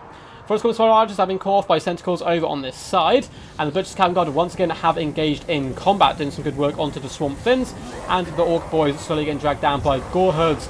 It looks like Shidoku really trying to channel his inner Geese Howard here and doing his best Beastmen war cries as the Centaurs of Throne Actors and Gore Herds have engaged now with the 3 characters. Ungors as well continue to pepper down Savage Orc Biggins, a good choice in the late game if the Butchers of Kalkengard can survive. Only 6 models left though. The Swamp Fins have been a pretty good counter to them, lowering that melee attack and allowing all the other units to come in and support. Balance power is going in favour of the Greenskin forces now. Ungor Raiders continue to poke and jab at the Orc Araboys and some nice damage into their rear. They have got out their cleavers though and going to be striking back, but still they are a ranged unit at the end of the day. Tentacles coming with a thunderous charge in an attempt to help save the Butchers of Kalkengard, who are really beleaguered and it might just work. The Swamp Fins are starting to waver, but a very well placed get back here coming in from Lotus Moon is going to keep these guys fighting and healthy, and with that it is looking like the tides have turned pretty heavily in the Greenskins' favour all round. Malagor still 97 kills. I'm going to be floating back over, but he's not the type of character to carry a game like this in the end game. He's obviously the caster kind. Tentacles continue to pepper in and throw damage where possible. Tentacles charge in to help support the Ungor Raiders, but the Butchers of Kalkengard do retreat. How many models do we have left on these bad boys? It looks like only 4. They will be regenerating.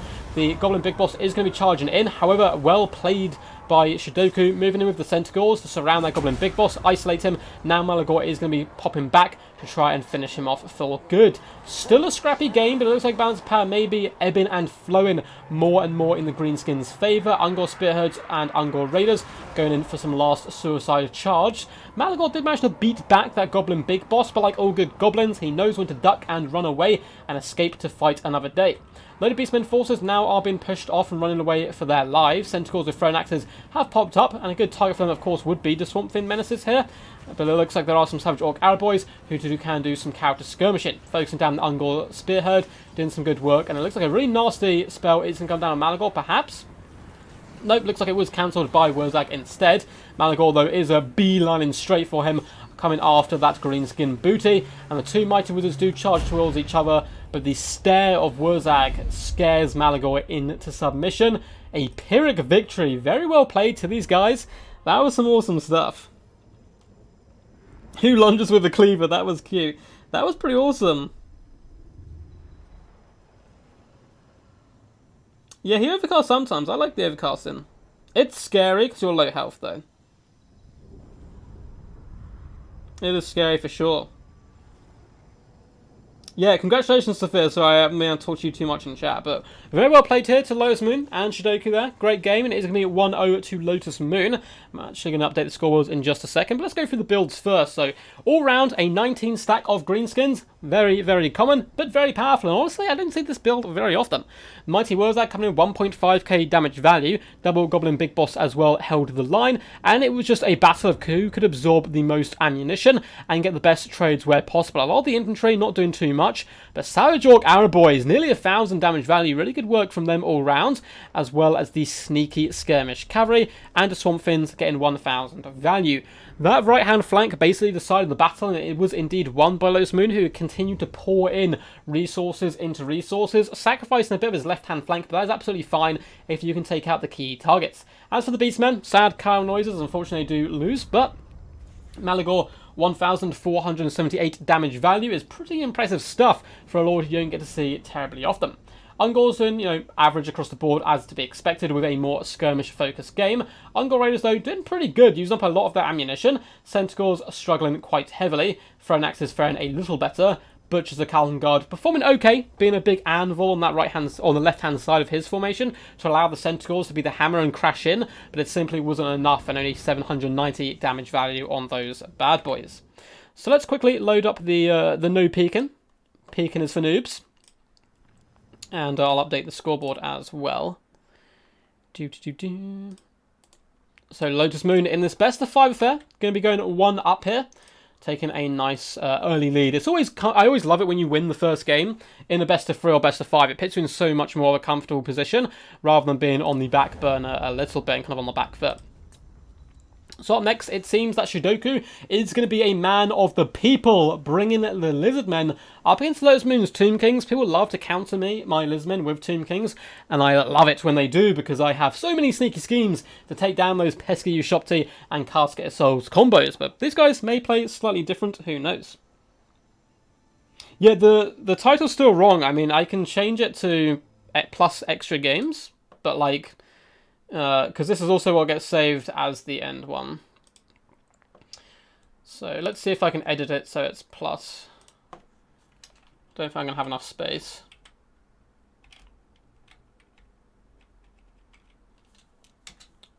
Plus Lotus versus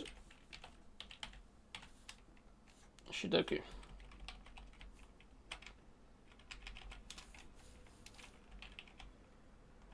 Yeah, it won't let me edit it, unfortunately, right now, properly. So we'll change it to that, and then I'll edit it again at the end. So it should hopefully just say Lotus versus Shidoku now. Let me know if that is indeed correct. And we're going to load into this game.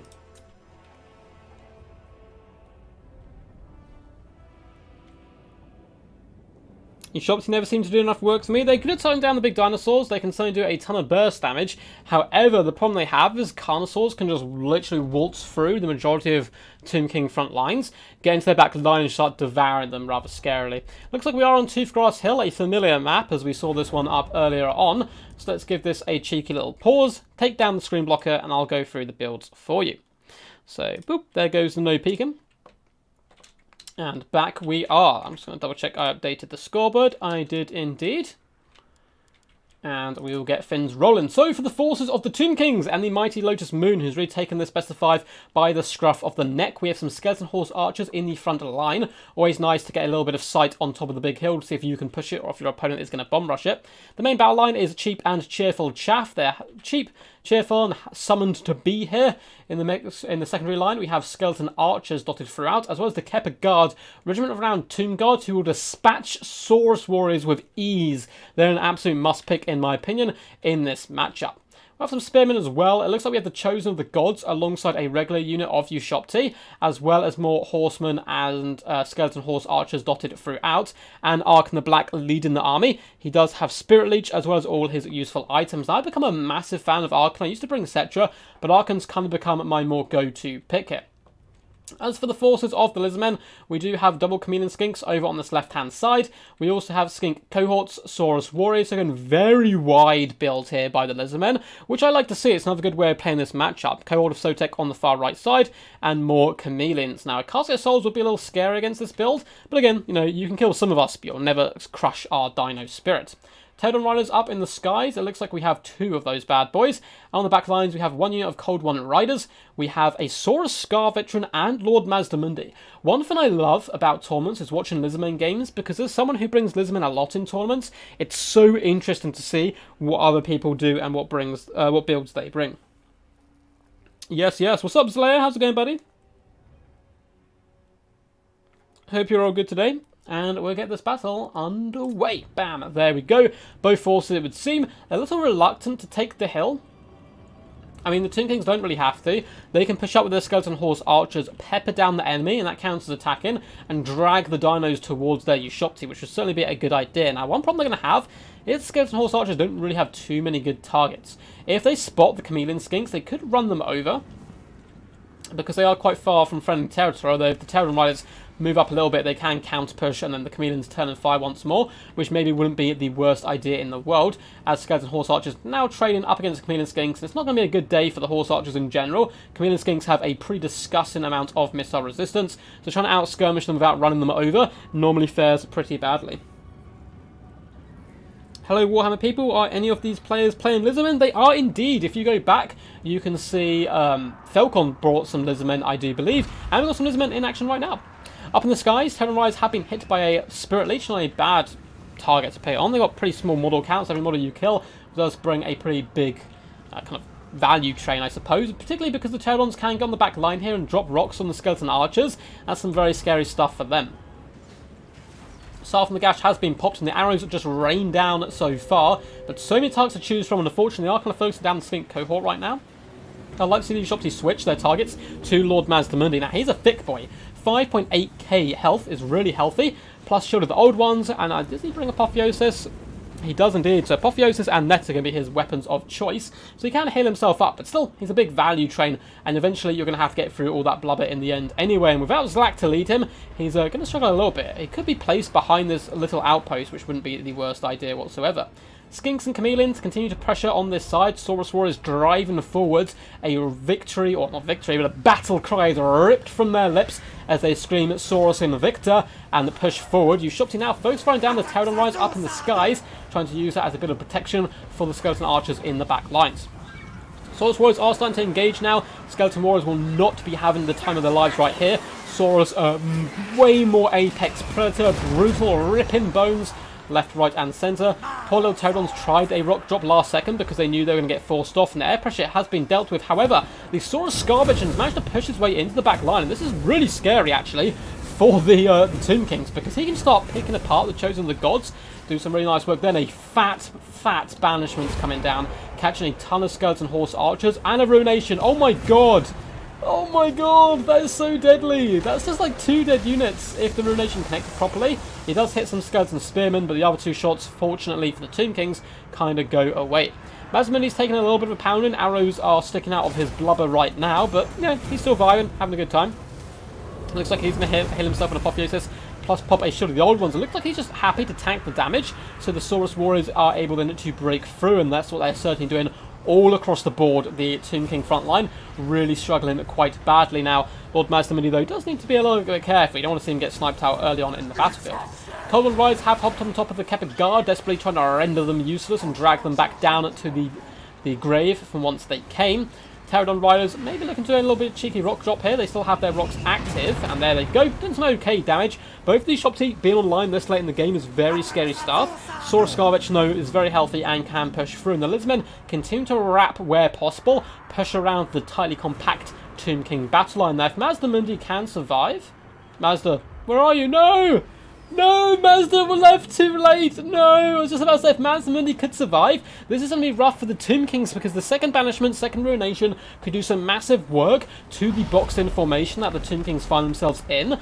But Mazdamundi, he flew too close to the Chosen of the Gods, too close to the sun. He felt himself a god too, and he paid the ultimate price, standing way too long in the bow fire. Chameleon Skinks though, pressurising the Skeleton Warriors, doing some nice damage to them. Coyote Sotek are pushing through. Saurus Scarvetron trying to go after Arkan right now and chomp on his little spony horse here. Saurus Scarvetron going to be pretty key in the end game. Cobbler hasn't popped on him. He has to stay alive if the Lizardmen want a hope of victory. Ushopti Summon gone down, has pushed the balance of power slightly in favour of the Tomb Kings, but of course that is a little bit of an inflated balance of power right there. However, they are still going to be able to sandwich the Saurus Warriors and do some really nice damage to them as well. Right hand flank has stalled for the Lizardmen, apart from the Ko of Sotek, who are pushing into the back line. Looks like a Spirit Leech has gone down on the Cold Ones, and things are looking a little bit bleak now for my favourite dinos. We still have a load of Chameleon Skinks who are unleashing hell upon the Tomb Kings, and all round, the Chosen of the Gods and Ushopti are running relatively low on ammunition, but there is still a ton of Skeleton Archers, Cavalry. Ko of Sotek again very beat up, and the Kept Guard up to 74 kills, still just about going strong in the centre here.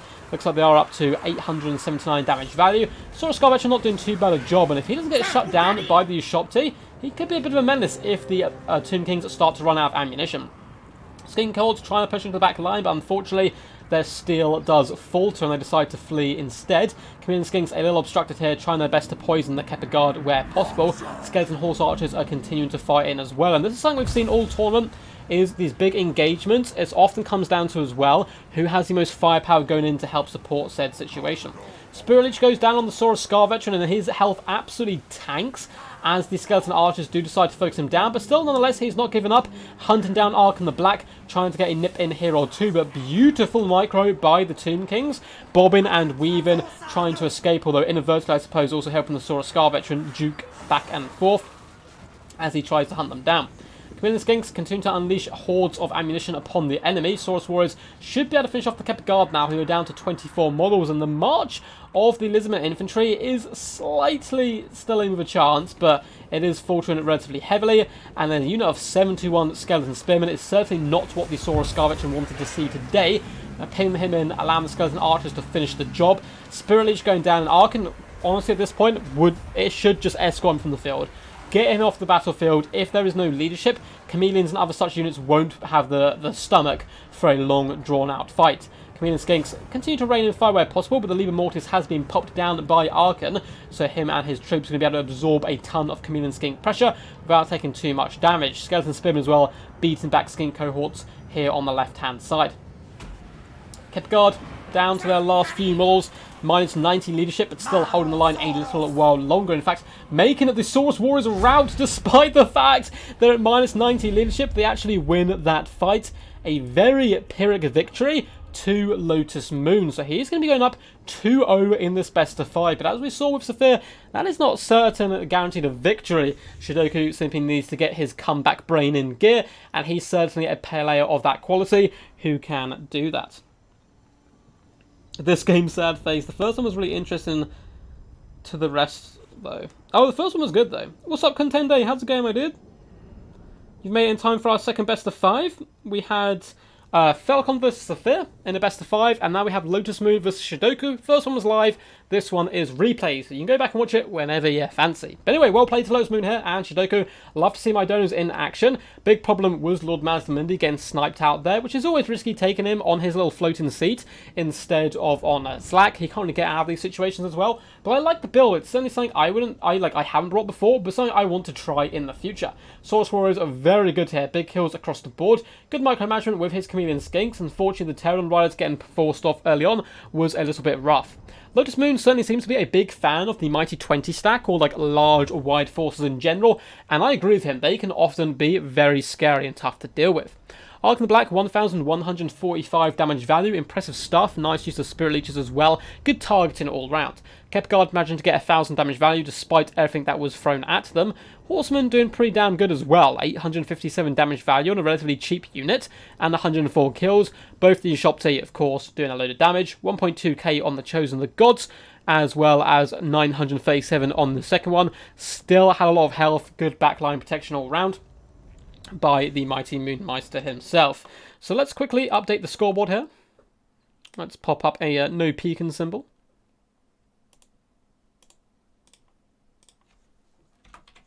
There we go. So the next game could be the last game, but Saphir could fight back as well. Just gonna have a little sip of my drink, guys. So who are you rooting on in this next game? I would like to think Shidoku, so we can see some extra games. Yeah, Tomb Kings are fine. I think Tomb Kings are pretty strong. I think they can be very powerful indeed. Cool, so let's start up to the next game. Let my voice rest a little bit there, but we will hop in. So game number 3 shall be Shidoku with his Greenskins up against Lotus Moon and his Lizardmen. Hell yeah, man! I love to see the Lizardmen getting some love.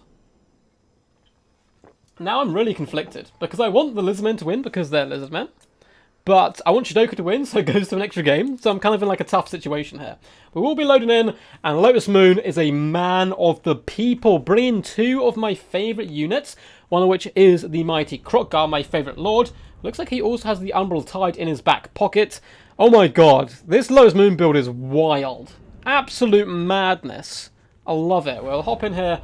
I'll get rid of the screen blocker so you guys can see this beautiful build. This is some really cool stuff. So we'll hop in now. I'll leave it on pause because it's a relatively short map, so the battle might get underway rather quickly. Nice spread out formation from the Lizardmen. If you have a little look up on the mini-map here, you can see they're really trying to fight this battle over many miles. Total Riders up in the skies. It looks like we have 3 of the bad boys, including the Pohawk Sentinels. Very key in shutting down enemy archer cores. Chameleon Skinks are going to be kind of a fake front line right now. The real line is hiding in the trees in the form of skink cohorts and skink cohorts with javelins.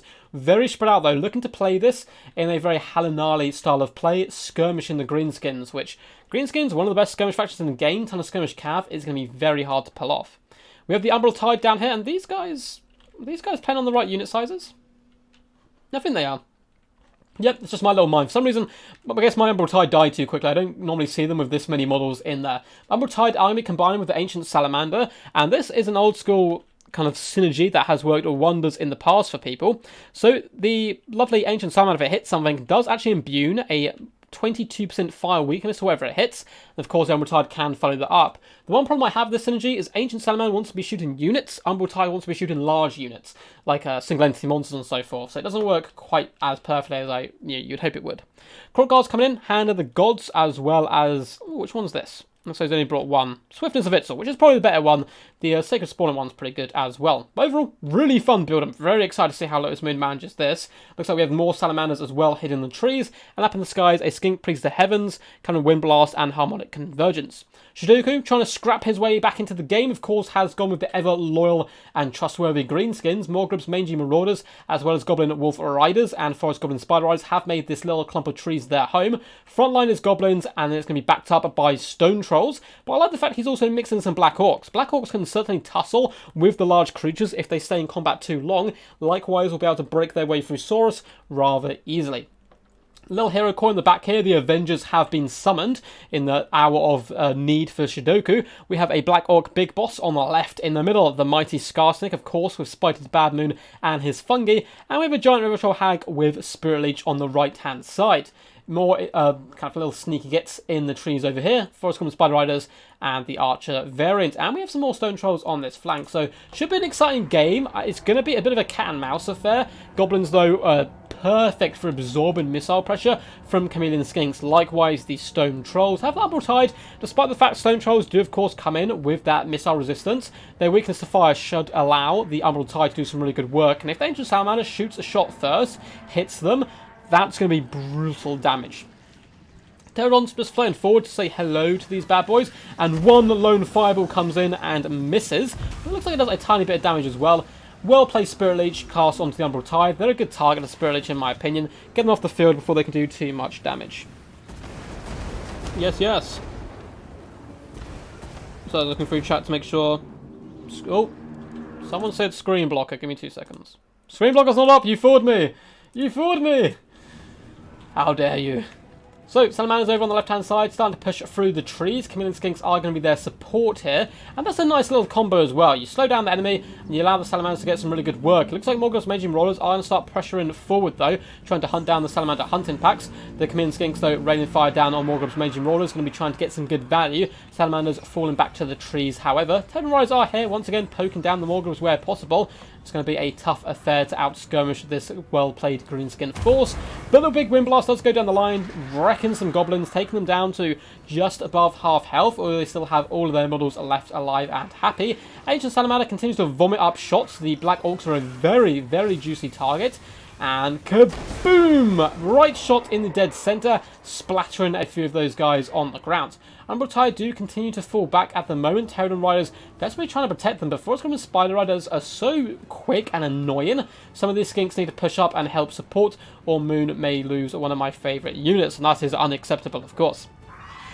Down here, it looks like the Morgos Mage managed to fall back into the trees. Salamander's overchasing a little bit. Stone Trolls coming in for a bit of a club-in, and one of the poor Fire Doggos does go down. It seems surrounded by enemies. Totem Riders continue to try to support. Likewise, Skink's army pushing forward, but there's not much they can do up into this many units, particularly these Stone Trolls. And there's no kind of hold here for the Lizardmen, which is a little bit scary. But the battle has been taking place all across the battlefield, and Krokgar, I suppose, is the hold. But he's on the right-hand side. I wouldn't mind him pushing forward here, trying to hunt down that giant ritual hag. A lot of the support of the Greenskin forces are kind of miles away, and a hand of the gods on that bad lady will certainly do some massive work. Ancient Salamander already up to 78 kills, just eviscerating goblins in fiery balls of death. It looks like another shot is going to be vomited up into the world, but it is cancelled, and that's a good play as well. Ancient Salamanders do have relatively low ammunition. However, a juicy side target like this is always very tempting, and those goblins taking massive burst damage there. Over on the left-hand side, the Salamanders continue to run back. Looks like they have managed to break the backbone, though, of this push. The Forest Goblin Spider Riders are raving. Goblin Wolf Riders are starting to rout from the field as well. But Blackhawks now starting to push through the thick forest. Not a good time for them, but if it gets them to their prey, they'll happily do it. Stone Trolls as well. Left-hand side, very heavily won there by the forces of the Greenskins. Right side, though, a bit more of a stalemate. Krokgar is lurking over on this side, and maybe once again wants to line up a Hand of the Gods, perhaps. Now, Scarsnake is a pretty tough foe to deal with. He does come with that lovely anti-large, but with Krokgar, if he gets in there and gets the lucky RNG straight away, Scarsnake will be too beat up to really want to stand and fight. Ancient Salamander, once again, does some pretty good burst damage onto the Black Orcs, but is now being hunted down by the Forest Goblin Spider Riders. Skink Cohorts may need to commit to this fight, but no, it looks like the return of all this Lizardmen force is enough to dissuade the Greenskins from pushing any more forward. Pohawk Sentinels are currently flying over top of the 8-peak loons, taking a little bit too much damage, but still they've used up most of their ammunition and their rock drop. A big shot goes down on the Stone Trolls. Of course, that fire damage is rather nice, but the Umbral Tide aren't there to follow up. Blackhawks now starting to push into the death trap of just fire, darts, javelins. Oh, it's a bad day to be a Black Orc for sure. Krokgar just chilling on the right-hand side for now. Only 3 kills on him, but he hasn't been used too much and still relatively full health. And it looks like, much like the first game, we have a nice tactical battle. On the left-hand side, Chameleon Skinks, as well as the Salamander hunting packs, still somehow managing to continue to kite backwards.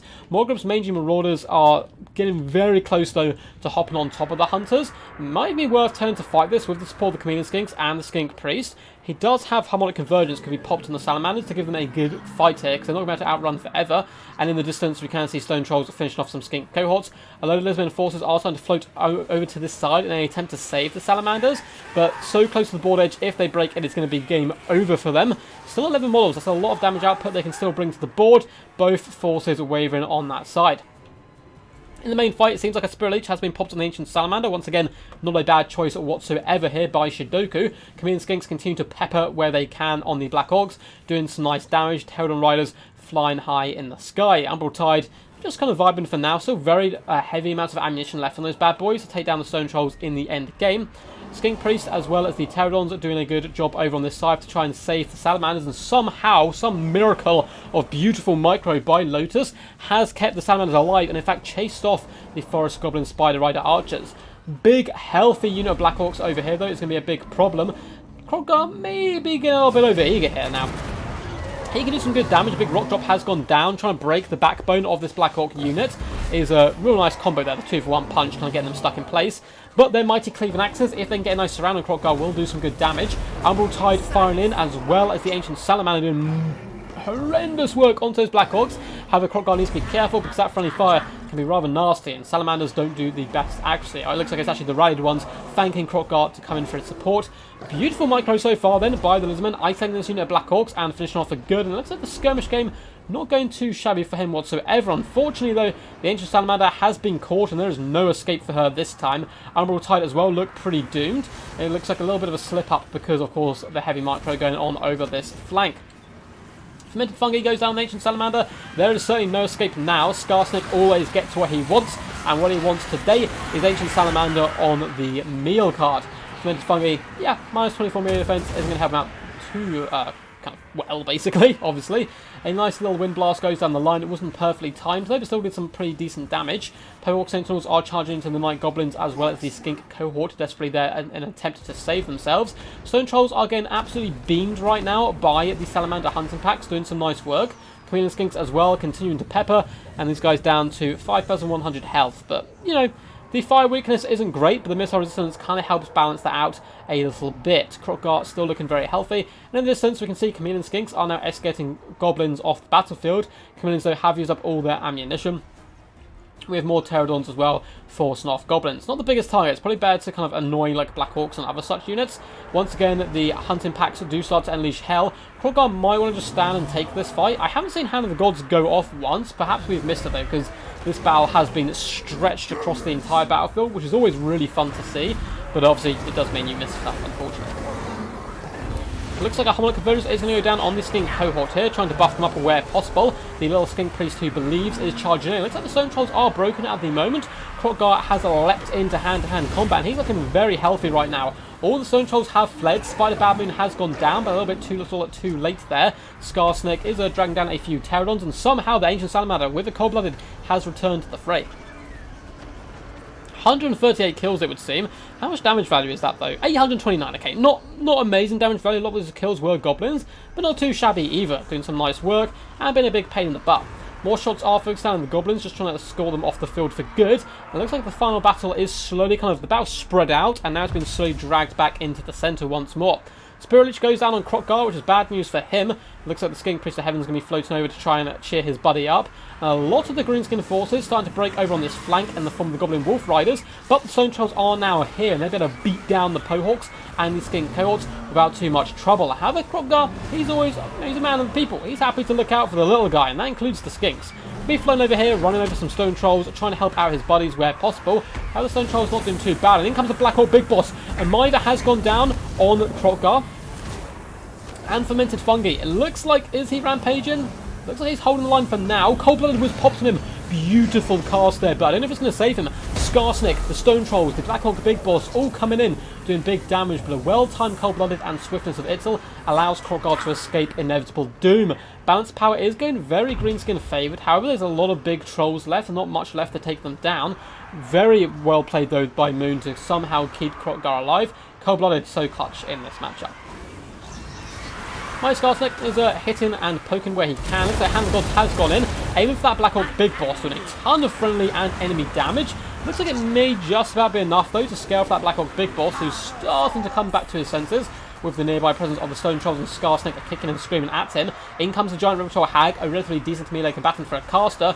All of this Pterodon Skinks come in to try and finish off the Stone Trolls, but the Giant River Troll Hag is nearby to say, you do not flee, you stand, you fight, and you kill. Stone Trolls as well, hunting down Krokgar where possible. He's a bit more vulnerable than he was a few minutes ago. 2,000 health is not too much when it comes to so much damage left on the field. And we have a big spell going down. Spider to Bad Moon, that bonus versus large is going to come in really handy here. So many large units left on the field. Krokgar Homilic Convergence has been popped on him as well as he tries his best. Looks like he's going after that Black Orc Big Boss, but he's just surrounded by so many troops. It looks like he is going to falter, and sad day for me. Back-to-back Lizardmen losses, I would assume, unless... Is there any way here? I just don't think there's anything left to kill Skarsnik and the Stone Trolls. But we saw some Lizardmen victories early on as well, so can't be too greedy. Skink cohorts do manage to rally, as well as the Terran Rise up in the skies, but it's looking a little bit bleak here. Black Orc Big Boss still going relatively strong, and Skarsnik full health. 27 kills is nothing to chuckle at either, particularly when he faces big targets. A nice, well-timed Wind Blast is going to come down, rocking those goblins and push them onto their ground, trying to keep them out of the engagement as long as possible. But Krokgar decides, you know what, I prefer the jungles of Lustria more than the Badlands of the Greenskins, so I'm going to hang out back in the forest a little bit more, fall back and chill out with Lord Croak and all those lads. Halinali, when have he played last time? I cast a game of Halinali, but quite a long time ago, so I haven't seen him in a while there. But GG's, man. GG's. Very well played to both these two champs, and Shidoku coming back, fighting with a vengeance. It is return of the ODM clan, bringing this best of 5 series back to 2-1. Still need to win 2 games in a row, which is a tough challenge, but again, Shidoku is a fearsome competitor. I believe he's actually the father of ODM. Lotus Moon coming in with Krokgar, always a good pick in my opinion because he's so badass, but honestly here, he's not too terrible either. Can go toe-to-toe with a lot of the large creatures. Hand of the Gods also allows him to snipe out casters very easily, and also Hand of the Gods on Grom can be pretty devastating.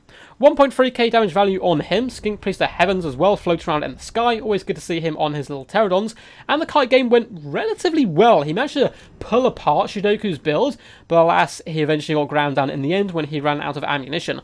A miracle was performed to keep this Salamander Hunter Pack unit fighting. 759 damage value is their kind of repayment, but it's not enough. Likewise with the Umbral Tide, not getting the best engagements for them. Ted and Ryzen okay up in the skies, and Ancient Sally proving her worth by clearing out so much chaff, which would normally help, you know, the skirmish phase, but again, a little bit too little too late. 885 damage value on her. As for Shidoku, showing once again how powerful the Greenskins are, Skarsnik didn't even really need to get his Prodder too wet with the blood of the enemy. 567 damage value. Nothing too shabby, but again, full health towards the end of the game is always quite powerful. Particularly helps push that balance power more and more in your favour. 1.7 damage value on the Giant Ritual Hag. Black Hawk Big Boss as well at 900, doing a solid job. Goblins were, of course, the fodder, not getting too much work. And the Black Hawks as well, really struggling. 60 damage value on a unit of Black Hawks is so bad, but the spiders did a little bit better. Morgrim's Mangy Marauders as well performed relatively solid, 615, but the Trolls were all the MVPs here with that Hero Blob, 1.5k damage value, 950 on the other one. So well played there. Well played for sure. Yeah, he handed the Gods Black Hawk Big Boss at one point, I think.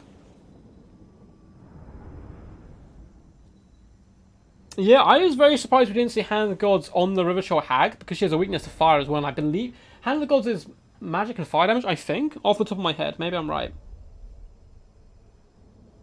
Yeah, for sure. Ancient Sally's still a bit underwhelming. Can work, though. Can work for sure. How dare you look at those kills? Which ones? Which ones? Well, the Ancient Sally, yeah, 163. Chill, man. Ancient Sally's does work. So, let us very quickly pop up the no peeking. Krokgar is a sad boy here. That's why he doesn't want you to see stuff, I suppose. And let's update the score. So, Shidoku, fighting back tough. I'm coming in with a 2-1 here so far. It's best of 5 though, so still plenty more games to come. Fingers crossed. Well, 1 or 2, depends obviously on how this next game goes. But let's load in and see what a battle's going to be. So, this game is going to be the mighty Shidoku taking the force of the Tomb Kings up against Lotus Moon's Wood Elves. And I'm always a big fan of seeing Wood Elves in action. Lotus Moon is a horrifying, scary Wood Elf player to face, because often you're like, oh, he's going to kite. So, and he's one of the best players at that as well, that kind of like skirmish cat and mouse game, which is honestly really cool. I really love that kind of style of play. But occasionally he'll just flip on you. He'll just flip on you, and all of a sudden you've got Durf in a Doombox staring you straight in the face, and you have nothing to take it down. So it's going to be a tough one. Lots of mind games do come into the tournament play of this style of you know, over the course of the Warhammer World Championships. People have seen other games. It's like, are you going to bring the same builds? Do you mix it up? Do you bring stuff you're comfortable with? It looks like we are going to be seeing our favourite 2 sisters, the Sisters of Twilight, coming into action here. Up once again, I believe that's is that Cetra Boy, or is that Ark in the Black? Let's have a little pop in and look. So, let's get rid of this image so you guys can actually see the display. And once again, this is a huge map. If you look at the mini-map, look how spread out both players want to play this. They both seem to have a pretty cool play style, which makes the battle kind of stretched out across many miles, trying to pick and choose key engagements and overwhelm weaknesses in your enemy build. Very kind of chess-like, actually. I really enjoy it. So, for the forces of the Wood Elves and Lotus Moon, which I'm going to pop this into slow-mo because it's a big map, they'll take a while to get to each other, we have the Wardens of Sifriel hiding in the trees. This guy's colour scheme, look how gangster that is with the orange shields. Their cloaks as well look really cool. But these guys come with Sunder in armor, which is really good, and anti-large. And when they fight in the forest, they actually gain bonus versus large of 12 and charge fence against large. We have Sisters of Fallen as well, one of the most underrated units in the Wood Elf roster by far. Their physical resistance coming in at a whopping 40% makes them really good skirmish cavalry. We have Glade Riser Hagbane Tips, more Glade Riser Hagbane Tips, a Waystalker on foot, we have a Spellslinger of Life up in the Sky of Earthblood, and the Sister of Twilight on their Eagle can join Destiny far better now that it can be used multiple times, so it's going to be picked here. We have an Eagle Quiver as well. Looks like the main battle line, we have more Wildwood Rangers and Eternal Guard just dotted throughout all the trees for now, kind of lurking and hiding. Wildwood Rangers are a unit I basically never see anyone get much value from, so I'm very excited to see kind of the thoughts behind Lotus Moon bringing them and if they're going to work here today. For the force of the Tomb Kings, though, and Shidoku, we do have Skeleton Horse Archers dotted all the way along. Lovely little counter-skirmishing cavalry unit. As well as more horsemen in the trees. We have Skeleton Warriors for the main battle line. Cheap, cheerful, and summoned to be here. Going to be having a pretty fun day. Skeleton Chariots hiding in the trees alongside more horsemen. So a load of mobility. And in the back, triple Ushopti Great Bows. One of which, of course, is going to be the Chosen of the Gods. On his mighty kitty cat, we have Cetra the Imperishable. He does not serve, he does not perish, but he does indeed love kitties. Let's give him a little neck rub there. Coming in with Wrath of Petra, Incantation of Protection, and Cursed Blades. By far the most popular two-pick spells from his lore. So yes, who's your money on? Who's he on? Felkon has played? Yes, Skrell. If you'd like to go back, you can go back and watch all the games. That was the first best of 5, and now we're on to the second best of 5 here. Yes, this one is a replay, the other one was live. But now they do float towards each other. Oh my god, huge damage done on the Skeleton Warriors. This is what I get for looking at chat for 2 seconds. I'm assuming that was the Sisters, just doing a beam shot down the rank, and that killed a lot of dead Skelly boys. But again, they're already dead, so, you know, what does it matter to them? Spellslinger of Life is going to be darting back and forth, trying to juke the shots of the Skeleton Horse Archers, who are now being focused down by a combination of the Sisters of Twilight and the Glade Riser Hagbane Tips. Shidoku is going to get his units moving on this right-hand side. The horsemen are even through the trees, looking to try to find their prey. Looks like we're going to have a big skirmish phase as this map, Blue Reach River, is absolutely gigantic, so it certainly does suit the Wood Elves, I think, a little bit more than the Tomb King forces, who are going to have to kind of counter-skirmish and try to buffer where possible, keep key units safe from the flying threats of the Sisters of Twilight, so I think it's very powerful all round. Horsemen have been spotted now by the Glade Riders, and that is going to be the cue for the Sisters of Twilight and Spellslinger of Life to float out to this side and start to bring the pain to them. If these guys want to tussle with your Glade Riders, they're going to have to tussle with 2 Eagles, and that's certainly something they don't want to happen. That scatter shot is coming in, and fun fact of the day, if you have the scatter shot on in close combat with a large creature, say a dragon, it works in the form of a shotgun and actually does more damage than the single entity shots that you can bring to the table, because every single bullet does hit. And I believe there's a few spells which work in a similar vein. Durfu's Big Beam does the same as well. Glade Riders continue to pepper down the Skeleton Horse Archers, who are fleeing for their lives at the moment. But again, absorbing damage on the Horse Archers isn't really the end of the day for them. Sisters of Twilight are going to have to juke backwards now as the Skeleton Horse Archers try to pepper them down. And it's a big problem for the Ushopti. Do you focus down the Sisters of Twilight, who have that natural heal on them? Do you focus down the Spellslinger? What do you shoot with your Ushopti? There's always a big problem when there's so many juicy targets. It looks like the Tomb King forces are be splitting into 2 here, trying to apply pressure where possible. I think the best bet would be, I think it's going to be sticking together and just absorbing the damage where possible on the Skeleton Warriors, trying to take all the shots there, but it's far easier said than done, and Lotus Moon's not exactly going to sit there and waste ammunition if he doesn't have to. He'll constantly just reposition until he can find a good approach.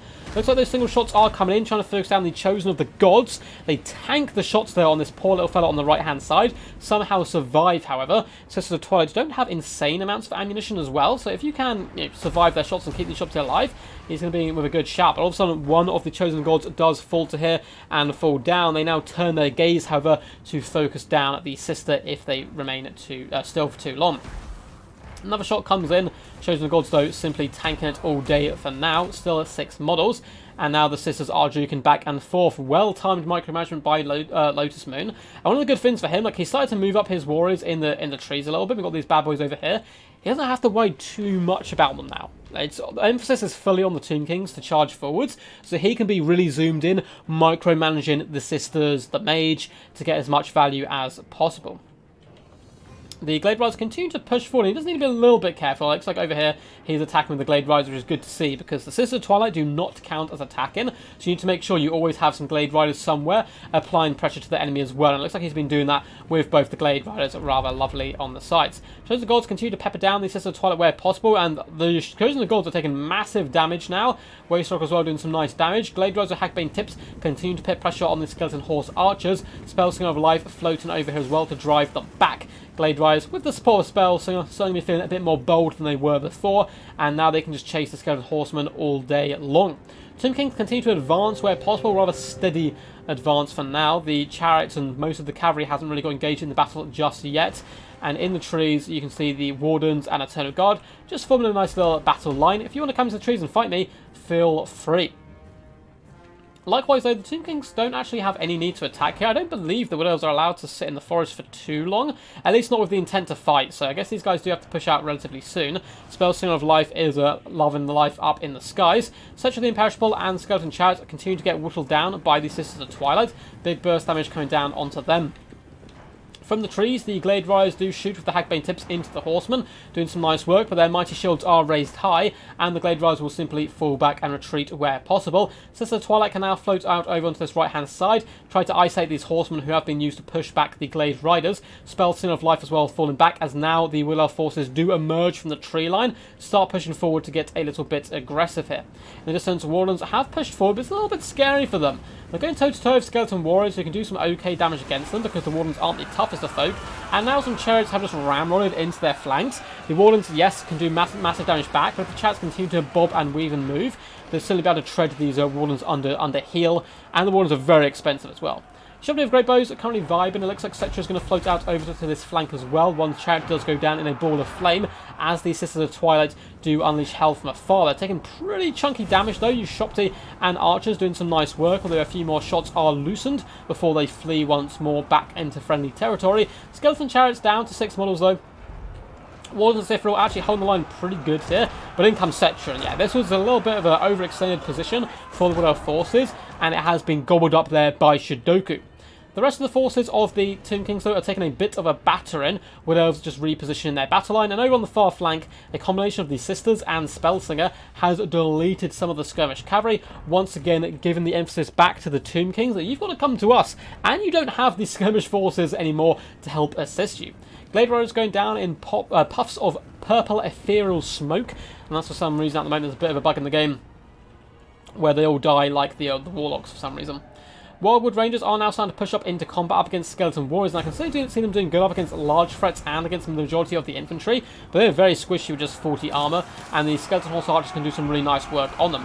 Big shots once again coming in by the Sisters of Twilight, 47 kills here, and if we have a nice little look, 1.2k damage value on them. Skeleton Warriors as well are kind of getting beat down, Wildwood Rangers taking at the initiative here. Such an Imperishable is going to be a big pain in the butt to deal with, though. Yes, you have a load of spears, but he can cycle charge to his heart's content as long as other units are fighting.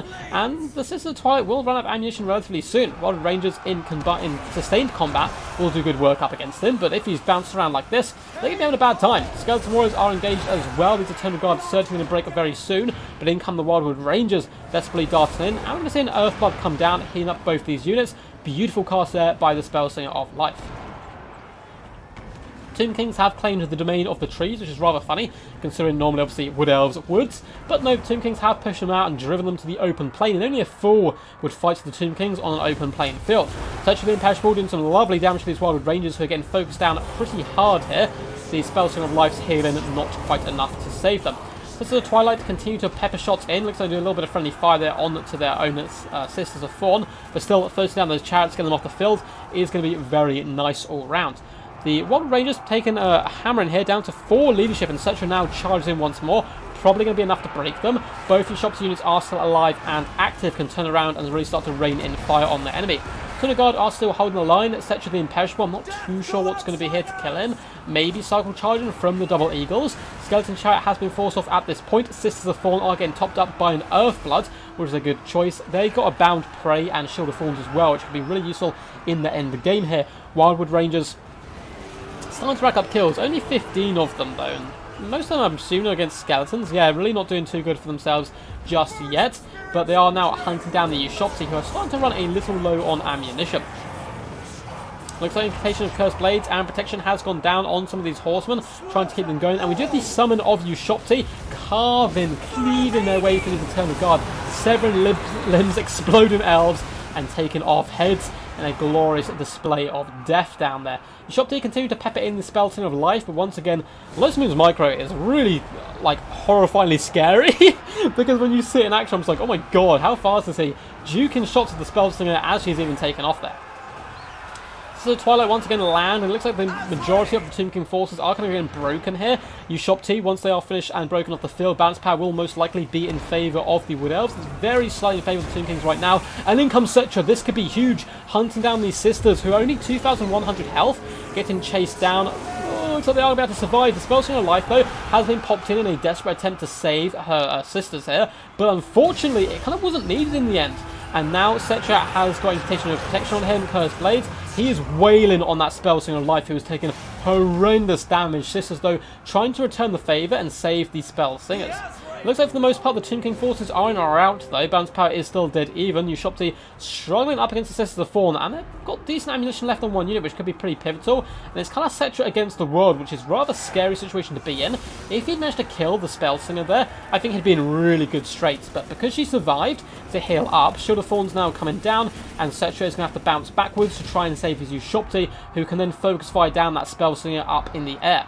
Looks like the one unit who is basically done with ammunition is going to stay and fight to hold back the enemy, while the second one falls back to unleash hell from afar once more. Cetra bounding over to these Eternal Guard, who are full health, and Eternal Guard are one of those units, much like Soros, who just have such good leadership, they just do not like running away whatsoever. Cetra is doing some nice little claws there, dragging down a couple of horses, it would seem, as well, though, for his trouble. Sisters of Thorn have managed to escape for now. Sisters of Twilight continue to rain down fire, but they're very, very scary low on ammunition at this point. Both of the Ushopti are kind of stuck in combat. Incantation of Cursed Blades goes down on Cetra. But if the Ushopti fail, Cetra's going to have to stand and fight up against a load of Eternal Guard and other such units, and it's really not going to be a fun day for him. In the distance, we can see some horsemen having been ridden down by the Glade Riders of Hagbane Tips, who laugh with glee. They're certainly getting the World Rider feeling at the moment on them. The last shots have been fired into Cetra the Imperishable, who has just obliterated Wildwood Rangers and Eternal Guard, doing massive damage here. Waiting for some Dowie, lads, don't disappoint me. Well, it depends. If the Tomb Kings can claim victory here, we have one more game, but if the Wood Elves do, we do not. And it looks like the Glade Riders now charging in onto Ushopti with great bows. The Spell Slinger of Life as well has popped in, doing some good work, and it looks like it's going to be Cetra. Can he carry? Balance of Power says no, but he screams yes. 85 kills. Looks like both the Big Eagles are coming in for a final showdown of Ultimate Destiny, and Cetra starting to crumble here. He's popping all his buffs where possible. A desperate attempt to fight, and he slams into the flank of that eagle, but Cetra perishes in the dirt. He does not serve because he never bowed, but unfortunately he does perish. And that is going to be it, ladies and gentlemen. Lotus Moon taking this best of 5 3-1, much like Saphir in the earlier rounds as well. So let's pop up the scoreboard there. Lotus Moon, an absolute champ of the people. And thank you so much as well for sending this in on such short notice. Allowed us to extend the stream and have some really good fun throughout. Hope you guys really enjoyed this. If you did, feel free to leave a little bit of a thumbs up. And if you haven't subscribed already, why not? We do all things Total War Warhammer. We have ducks. It's a good, fun time. We're certainly trying to cast more of the WWC in the future. Now, before you go, I'm going to break down all the stats of these units. And once again, give a shout out to these amazing players who have put on a fantastic display. But I'll also see if anyone else is streaming and send you over to them so you can yell quack at them rather aggressively before then yelling quack nicely and saying hello. Sister Twilight did a good job. 2.3k damage value on their Eagle. They're not horrifically expensive either. Waystalker so much to rack up 1,000 damage value despite not having too many perfect targets. Lovely play as well, the Eagles, to keep the sisters alive throughout. Good skirmish coming in by Lotus Moon. Anyone who likes skirmish games in general, you need to message Lotus Moon and try and get some lessons for him if you're trying to learn it, because he is one of the top masters of it. Halanali was the kind of like Lizman master as well, but again, I don't know if he's currently active at the moment. So Touching the Imperishable, 1.6k damage value, certainly not too shabby, but not enough to carry it. Unfortunately for the Chariots, though they got good value, 546 on this unit, 1.2 over here. The Naughty Ladies on the Eagle did manage to take them down, and good cavalry pressure throughout. Ushopti really kind of struggled to find the correct targets to drag it down. But GG's. Yeah, thank you Lotus for sharing, man, for sending that in, and Shidoku, great game. Love to see you guys on the channel more often as well. If you guys have replays you want to send in, feel free, and all you guys can. Down below in the description is a link to my Discord. If you hop in there, you can submit replays and I'll cast them on the channel. I do get sent quite a lot, so if your video doesn't get cast, really don't be downhearted. It won't be just because like your video is like not the best quality or something. It could just be because, you know, you've sent in a dwarf replay and I already have 2 dwarf games lined up, that kind of thing. But yeah, you can get involved in tournaments and all kind of stuff down there. Maybe one of the mods will be able to link you a link as well while I find a stream to send you guys. Yeah, lovely to see so many old school faces and new faces here as well. Always loving the support from you guys. Much love. And massive shout out as well. I don't know if I can actually see. No. How do I see? How's that, guys? Give me 2 seconds. I want to see. No super chat or members yet. We had a super chat. I can't see the name of the person who sent me the super chat, I'm afraid. It might be because we've changed the name of the stream. It's like, oh, this is a different stream now, but who knows. Yes, very exciting stuff. So I believe Lotus Moon will be through now to the top 16, perhaps. But let's quickly go find a glorious stream for you guys to watch. And it looks like the Great Book of Grudges, who is a Total War Warhammer streamer, is actually streaming. Let's see if there's anyone else as well, because he probably isn't doing Warhammer multiplayer, I wouldn't have thought. So let's have a little look. Boo, boo, boo, boo. So it looks like, oh guys, I think we were actually the top video there for a while, which is pretty exciting stuff. Is Great Book Project still screaming? It looks like he is. So he's screaming a Warhammer 40k mod, which sounds pretty awesome. So I'm gonna send you guys over there. Feel free to hop over there, even if it's just for a second, and just say, you know, quack quack, let him know I sent you, and yeah, show him some love. He's a really good content creator as well. Yeah, well played everyone. Awesome stuff. GG's to Lotus, GG's as well to Saphir. Well played to Shidoku and Felkon as well. They all put on a absolutely wonderful display for you guys. And yeah, until next time guys, peace, peace. And as always, stay awesome.